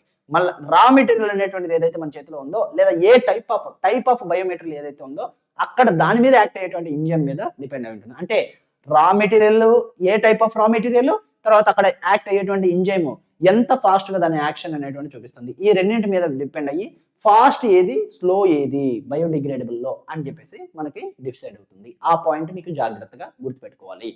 నెక్స్ట్ చూడండి. నెక్స్ట్ ఇదిగో ఈ పాయింట్ మీకు ఖచ్చితంగా గుర్తుండాలి. ఇక్కడి నుంచి ఇక్కడ వరకు. ఓకేనా? ఏమని? ఏదైతే ప్లాస్టిక్ అనేటువంటి ఉందో అది ఖచ్చితంగా not be broken down by saprophytes. ఏవైతే సాప్రోఫైట్స్ అంటే ఏంటి? Nothing but decomposers. ఆ డీకంపోజిషన్ లో ఇన్వాల్వ్ అయ్యేటువంటి ఏవైతే నీకు బ్యాక్టీరియా అనేటువంటిది లేదా అదర్ సాప్రోఫైట్స్ లైక్ ఫంగై అనేటువంటిది ఉందో ఇవన్నీ ఏం చేయలేవు. ఈ ప్లాస్టిక్ అంటే ఏ దానికి ఎగ్జాంపుల్? సింపుల్ గా అక్కడ ఏ దాని గురించి మాట్లాడుతున్నాడు? నాన్ బయోడిగ్రేడబుల్ గురించి మాట్లాడుతున్నాడు. ఏంటి? ప్లాస్టిక్ అనేటువంటిది ఏదైతే ఉందో అది దాని గురించి మాట్లాడుతున్నాడు, నాన్ బయోడిగ్రేడబుల్ గురించి మాట్లాడుతున్నాడు. ఆ పాయింట్ మీరు చాలా జాగ్రత్తగా గుర్తుపెట్టుకోవాలి. ఓకేనా? Okay, very good. దానికి కారణం ఏంటంటే ఇక్కడ ఉన్నటువంటి reason, these materials will be acted upon physical process like heat and pressure, but under the abiotic conditions found in our environment this persist for a long time. అర్థమైందా? ఎందుకు non biodegradable అనేటువంటివి ఖచ్చితంగా దేని మీద డిపెండ్ అవుతాయి sir అంటే physical processes మీద depend అవుతాయి. అవేంటివి? హీట్ అని, తర్వాత ప్రెజర్ అని. ఈ రెండు మీకు చాలా చాలా important, heat and pressure. Okay, ఈ పాయింట్ మీరు ఖచ్చితంగా గుర్తుపెట్టుకోవాలి. అయినప్పటికీ కూడా హీటు ప్రెజర్ అటువంటి ఫిజికల్ ప్రాసెస్ ఇన్వాల్వ్ అయ్యేటప్పటికి కూడా అవి కొన్ని సంవత్సరాలు, అది ఎన్ని సంవత్సరాలు మనం చెప్పలేం. ఆ టైప్ ఆఫ్ తీసుకున్నటువంటి ప్లాస్టిక్ ని మొత్తం 7-9 నాకు గుర్తున్నట్టు, ఓకేనా? ఆ లెవెల్ అనమాట. ఆ లెవెల్స్ లో ఖచ్చితంగా లెవెల్ ని బట్టి కంపల్సరీగా ఈ నెంబర్ ఆఫ్ ఇయర్స్ అనేటువంటిది డిపెండ్ అవుతుంది. ఓకేనా? అంటే ఇక్కడ ఏం నేర్చుకోవాలి? ఎంజైమ్స్ అనేటువంటిది బయోడిగ్రేడబుల్ కి, ఆ ఎంజైమ్ తర్వాత టైప్ ఆఫ్ బయోడిగ్రేడబుల్ వేస్ట్ రెండు డిపెండ్ అయ్యి ఎంత టైంలో అవి నీకు భూగర్భంలో బ్రేక్ డౌన్ అయిపోయి కలిసిపోతాయి అనేటువంటి డిపెండ్ అవుతుంది. తర్వాత ప్లాస్టిక్ ఇట్లాంటివన్నీ కూడా ఏ దానికి వస్తుందంటే నాన్ బయోడిగ్రేడబుల్ అనేటువంటిది ఖచ్చితంగా ఎంజైమ్స్ దాన్ని క్లీవ్ చేయలేవు. బికాస్ ఆఫ్ దట్ ఖచ్చితంగా ఏమి వల్ల అవి అవుతుంది సార్ అంటే ఫిజికల్ ప్రాసెసెస్ వల్ల. ఫిజికల్ ప్రాసెసెస్ ఏంటి అంటే హీటు, టెంపరేచర్ ఇట్లాంటివన్నీ. మరి అయినప్పటికీ హీటు, టెంపరేచర్ ఉన్నప్పటికీ కూడా ఎందుకు అవి కరిగిపోవట్లేదు లేదా ఎందుకు అవి క్లీవ్ అయిపోవట్లేదు అంటే దానికి కారణం ఏంటి అని అంటే because of only the thing is అక్కడ ఉన్నటువంటి యాంబియంట్ కండిషన్స్. ఏంటివి? యాంబియంట్ కండిషన్స్ అని చెప్పేసి గుర్తుపెట్టుకోండి. అవి ఉన్నటువంటి కండిషన్స్, ఆ పరిసరాల్లో ఉన్నటువంటి ఆ చుట్టుపక్కల ఉన్నటువంటి కండిషన్స్ ఏ దాంట్లోకి? ప్లాస్టిక్ కి. గుర్తుపెట్టుకోండి. ఓకేనా? దాని కారణంగా లాంగ్ టైం అనేటువంటిది అవి సర్వైవ్ అవుతున్నాయి, అలానే ఉండిపోయాయి. సర్వైవ్ అనకూడదు, అలానే మిగిలిపోయాయి అనాలి. చూడండి నెక్స్ట్, బయోడిగ్రేడబుల్ కి డెఫినేషన్ ఇచ్చాడు ఇక్కడ. బయోడిగ్రేడబుల్ కి డెఫినేషన్ ఇచ్చాడు. What is mean by biodegradable అని అంటే డెఫినేషన్ ఇచ్చాడు క్లియర్ గా. నెక్స్ట్ నాన్ బయోడిగ్రేడబుల్ కి ఇక్కడ డెఫినేషన్ ఇందాక మనం మాట్లాడేసుకున్నాం డెఫినేషన్ అది. ఓకేనా? Simple thing. నెక్స్ట్ ఏంటిది? Use the library plastics biodegradable find out more సచెస్ materials. Examples అడిగాడు ఇక్కడ, అంతే. దీని నుంచి మీకు ఎగ్జాంపుల్స్ ఈజీగా మీరే రాయగలరు. నెక్స్ట్ ఈ పాయింట్ మీరు చూడాలి. ఓకేనా? Visit any town or city, find garbage, visit any place or tourist place, limited with empty papers. Okay, ఇది కూడా పక్కనేటేయండి, అవసరం లేదు. దాని కింద ఉన్నటువంటి యాక్టివిటీ ఒకసారి చూద్దాం. యాక్టివిటీలో కూడా ఏమన్నా ఇంపార్టెంట్ ఉందేమో. Find out what happens with waste generated home. Okay, find out the local body, panchayat, municipalities, treat mechanisms. Okay, waste management అనేటువంటిది మనకు చెప్తున్నాడు. ఎందుకు చూడండి, ఇదిగో their mechanisms in place to treat the biodegradable non biodegradable waste separately. ఏ విధంగా వాళ్ళు చేస్తున్నారు అనేటువంటిది, వేస్ట్ డిస్పోజల్ ఏ విధంగా చేస్తున్నారు అనేటువంటి దాని గురించి మాట్లాడడం చేస్తున్నాడు. అర్థమైందా? క్యాల్కులేట్ చేయండి అని చెప్పేసి జస్ట్ సింపుల్ గా మాట్లాడుతున్నాడు. ఇవన్నీ మీరు 9th లో కూడా చదివారు. 9th ని బేస్ చేసుకుని ఈ యాక్టివిటీ ఇచ్చాడు. 9th లో మీరు పర్ హెడ్ కి లేదు అంటే పర్ మంత్ కి ఒక ఫ్యామిలీ ఎంత వేస్ట్ ప్రొడ్యూస్ చేస్తుంది, పెర్ క్యాపిటా వేస్ట్ అనేటువంటిది ఉంటుందన్నమాట. ఆ per capita waste per person కాకుండా పర్ ఫ్యామిలీ కూడా మనం క్యాల్కులేట్ చేయొచ్చు. ఆ విధంగా మీకు ఇది 9th లో బేస్ చేసుకుని ఇది ఇచ్చింది. సో దీని గురించి మీరు పెద్దగా టెన్షన్ తీసుకోవాల్సిన అవసరం లేదు. సో ఈ పేజ్ లో మీకు యూజ్ అయ్యేటువంటిది ఏంటంటే ఓన్లీ ఈ 2 పారాగ్రాఫ్స్ మీకు యూజ్ అవుతుంది. మళ్ళీ ఇంకంత మిగిలిందంతా డొల్ల. No no no no. Next page number 6, final పేజా? Yes, final page. Come on guys, we are about to end the session. Okay, మరి ఇక్కడ చూద్దాం ఫైనల్ పేజ్ లో ఉన్నటువంటివి ఏంటో ఒకసారి క్లియర్ గా చూద్దాం. చూడండి, how much of this waste is biodegradable. ఇవన్నీ ఆ క్వశ్చన్ యాక్టివిటీ మీద వచ్చినటువంటి క్వశ్చన్స్. ఈ క్వశ్చన్ చాలా important. Suggest ways of dealing with this waste. ఖచ్చితంగా సజెషన్ బేస్డ్ గా మీకు 4 మార్క్స్ క్వశ్చన్స్ రావచ్చు. కాబట్టి ఖచ్చితంగా వేస్ట్ తగ్గించడానికి ఏవైనా కానీ మెజర్స్ అనేటువంటివి సజెస్ట్ చేయండి అని అడుగుతాడు. లేదు అంటే కన్నా ఒకవేళ ప్లాస్టిక్ బ్యాగ్ బదులు ఏది నార్మల్ బ్యాగు ఎందుకు ఎఫెక్టివ్ గా ఉంటుంది అనేటువంటిది అడుగుతాడు. లేదు అంటే suggest any different types of practices that can decreases the non biodegradable waste అని చెప్పేసి అలా మీకు ఓన్లీ ప్రికాషన్స్ లేదు అంటే కనుక ఖచ్చితంగా సజెషన్స్ లేదా ఆల్టర్నేటివ్గా యూజ్ చేయాల్సినటువంటివి ఏంటివి అనేటువంటి వీటి మీదనే క్వశ్చన్ అడుగుతాడు. సో కంగారు ఏం పడాల్సిన పని లేదు.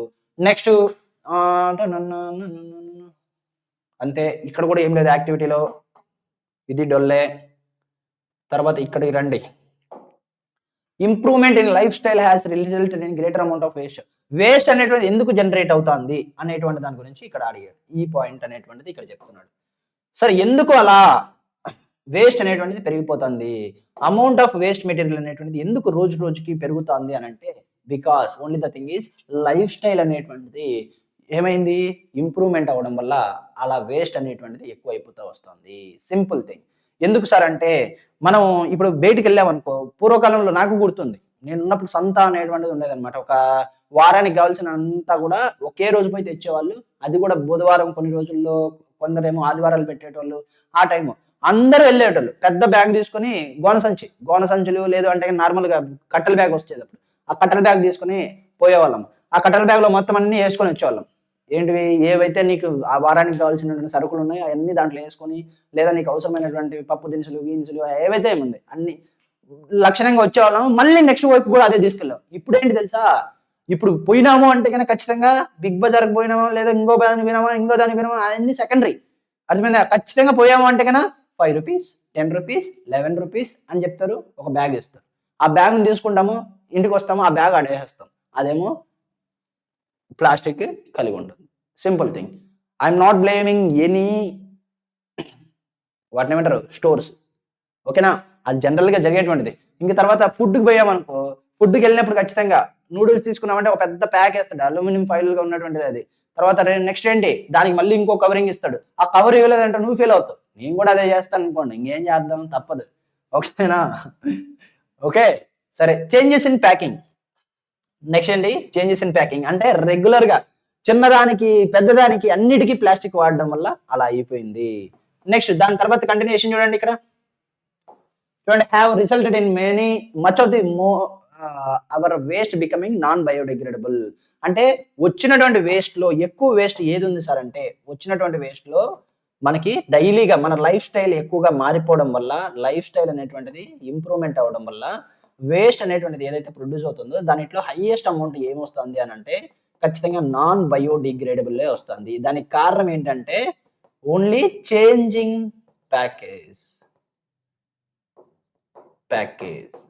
ప్యాకింగ్. అర్థమైందా? చిన్నదానికి పెద్దదానికి అన్నిటికీ మనం నాన్ బయోడిగ్రేడబుల్ ఏది వేస్ట్ ప్రొడ్యూస్ చేసేటువంటి కవర్సే ఎక్కువగా వాడుతున్నాం, ప్లాస్టిక్ ఎక్కువగా వాడుతున్నాం. బికాస్ ఆఫ్ దట్ ఖచ్చితంగా ఇలా అయ్యింది. దానివల్ల ఖచ్చితంగా అనర్థాలు ఏంటివి అనేటువంటి మీకు క్వశ్చన్ అడగచ్చు. ఎక్కువగా నాన్ బయోడిగ్రేడబుల్ వేస్ట్ అనేటువంటిది వాడడం వల్ల వచ్చేటువంటి అనర్థాలు ఏంటివి, ఏది ఇంపాక్ట్ ఏంటి ఎన్విరాన్మెంట్ మీద, అది 4 మార్క్గా అడగచ్చు. సో ఆ పాయింట్ మీరు గుర్తుపెట్టుకోండి. నెక్స్ట్ క్వశ్చన్ కాదు, దాని కిందనే ఏముంది, ఇక్కడ ఏమైనా వచ్చిందా, సెర్చ్ ద ఇంటర్నెట్, ఓకే పక్కన పెట్టేయండి. ఈ క్వశ్చన్ నాన్న, నెక్స్ట్ క్వశ్చన్ ఎక్కడి నుంచి వచ్చిందంటే ఇదిగో, find out how plastics are recycled, does the recycling process have any impact on the environment. ఇది 4 మార్క్స్ కడిగేటువంటి అవకాశం ఉండొచ్చు ఇక్కడ నుంచి కూడా. సో ఇది నెక్స్ట్ ఫైనల్ గా వచ్చినటువంటి ఏరియా వచ్చేసింది అయ్యా. ఆ ఏరియాని మీరు జాగ్రత్తగా గుర్తుపెట్టుకోవాలి. ఇదిగోండి, మేజర్ ఇష్యూ ఇప్పుడు జరిగేటువంటిది, ఓకేనా? ఏంటి మేజర్ ఇష్యూ చూడండి, డిస్పోజల్ కప్స్ ఇన్ ట్రైన్స్. ఏంటివి, disposal cups in the trains.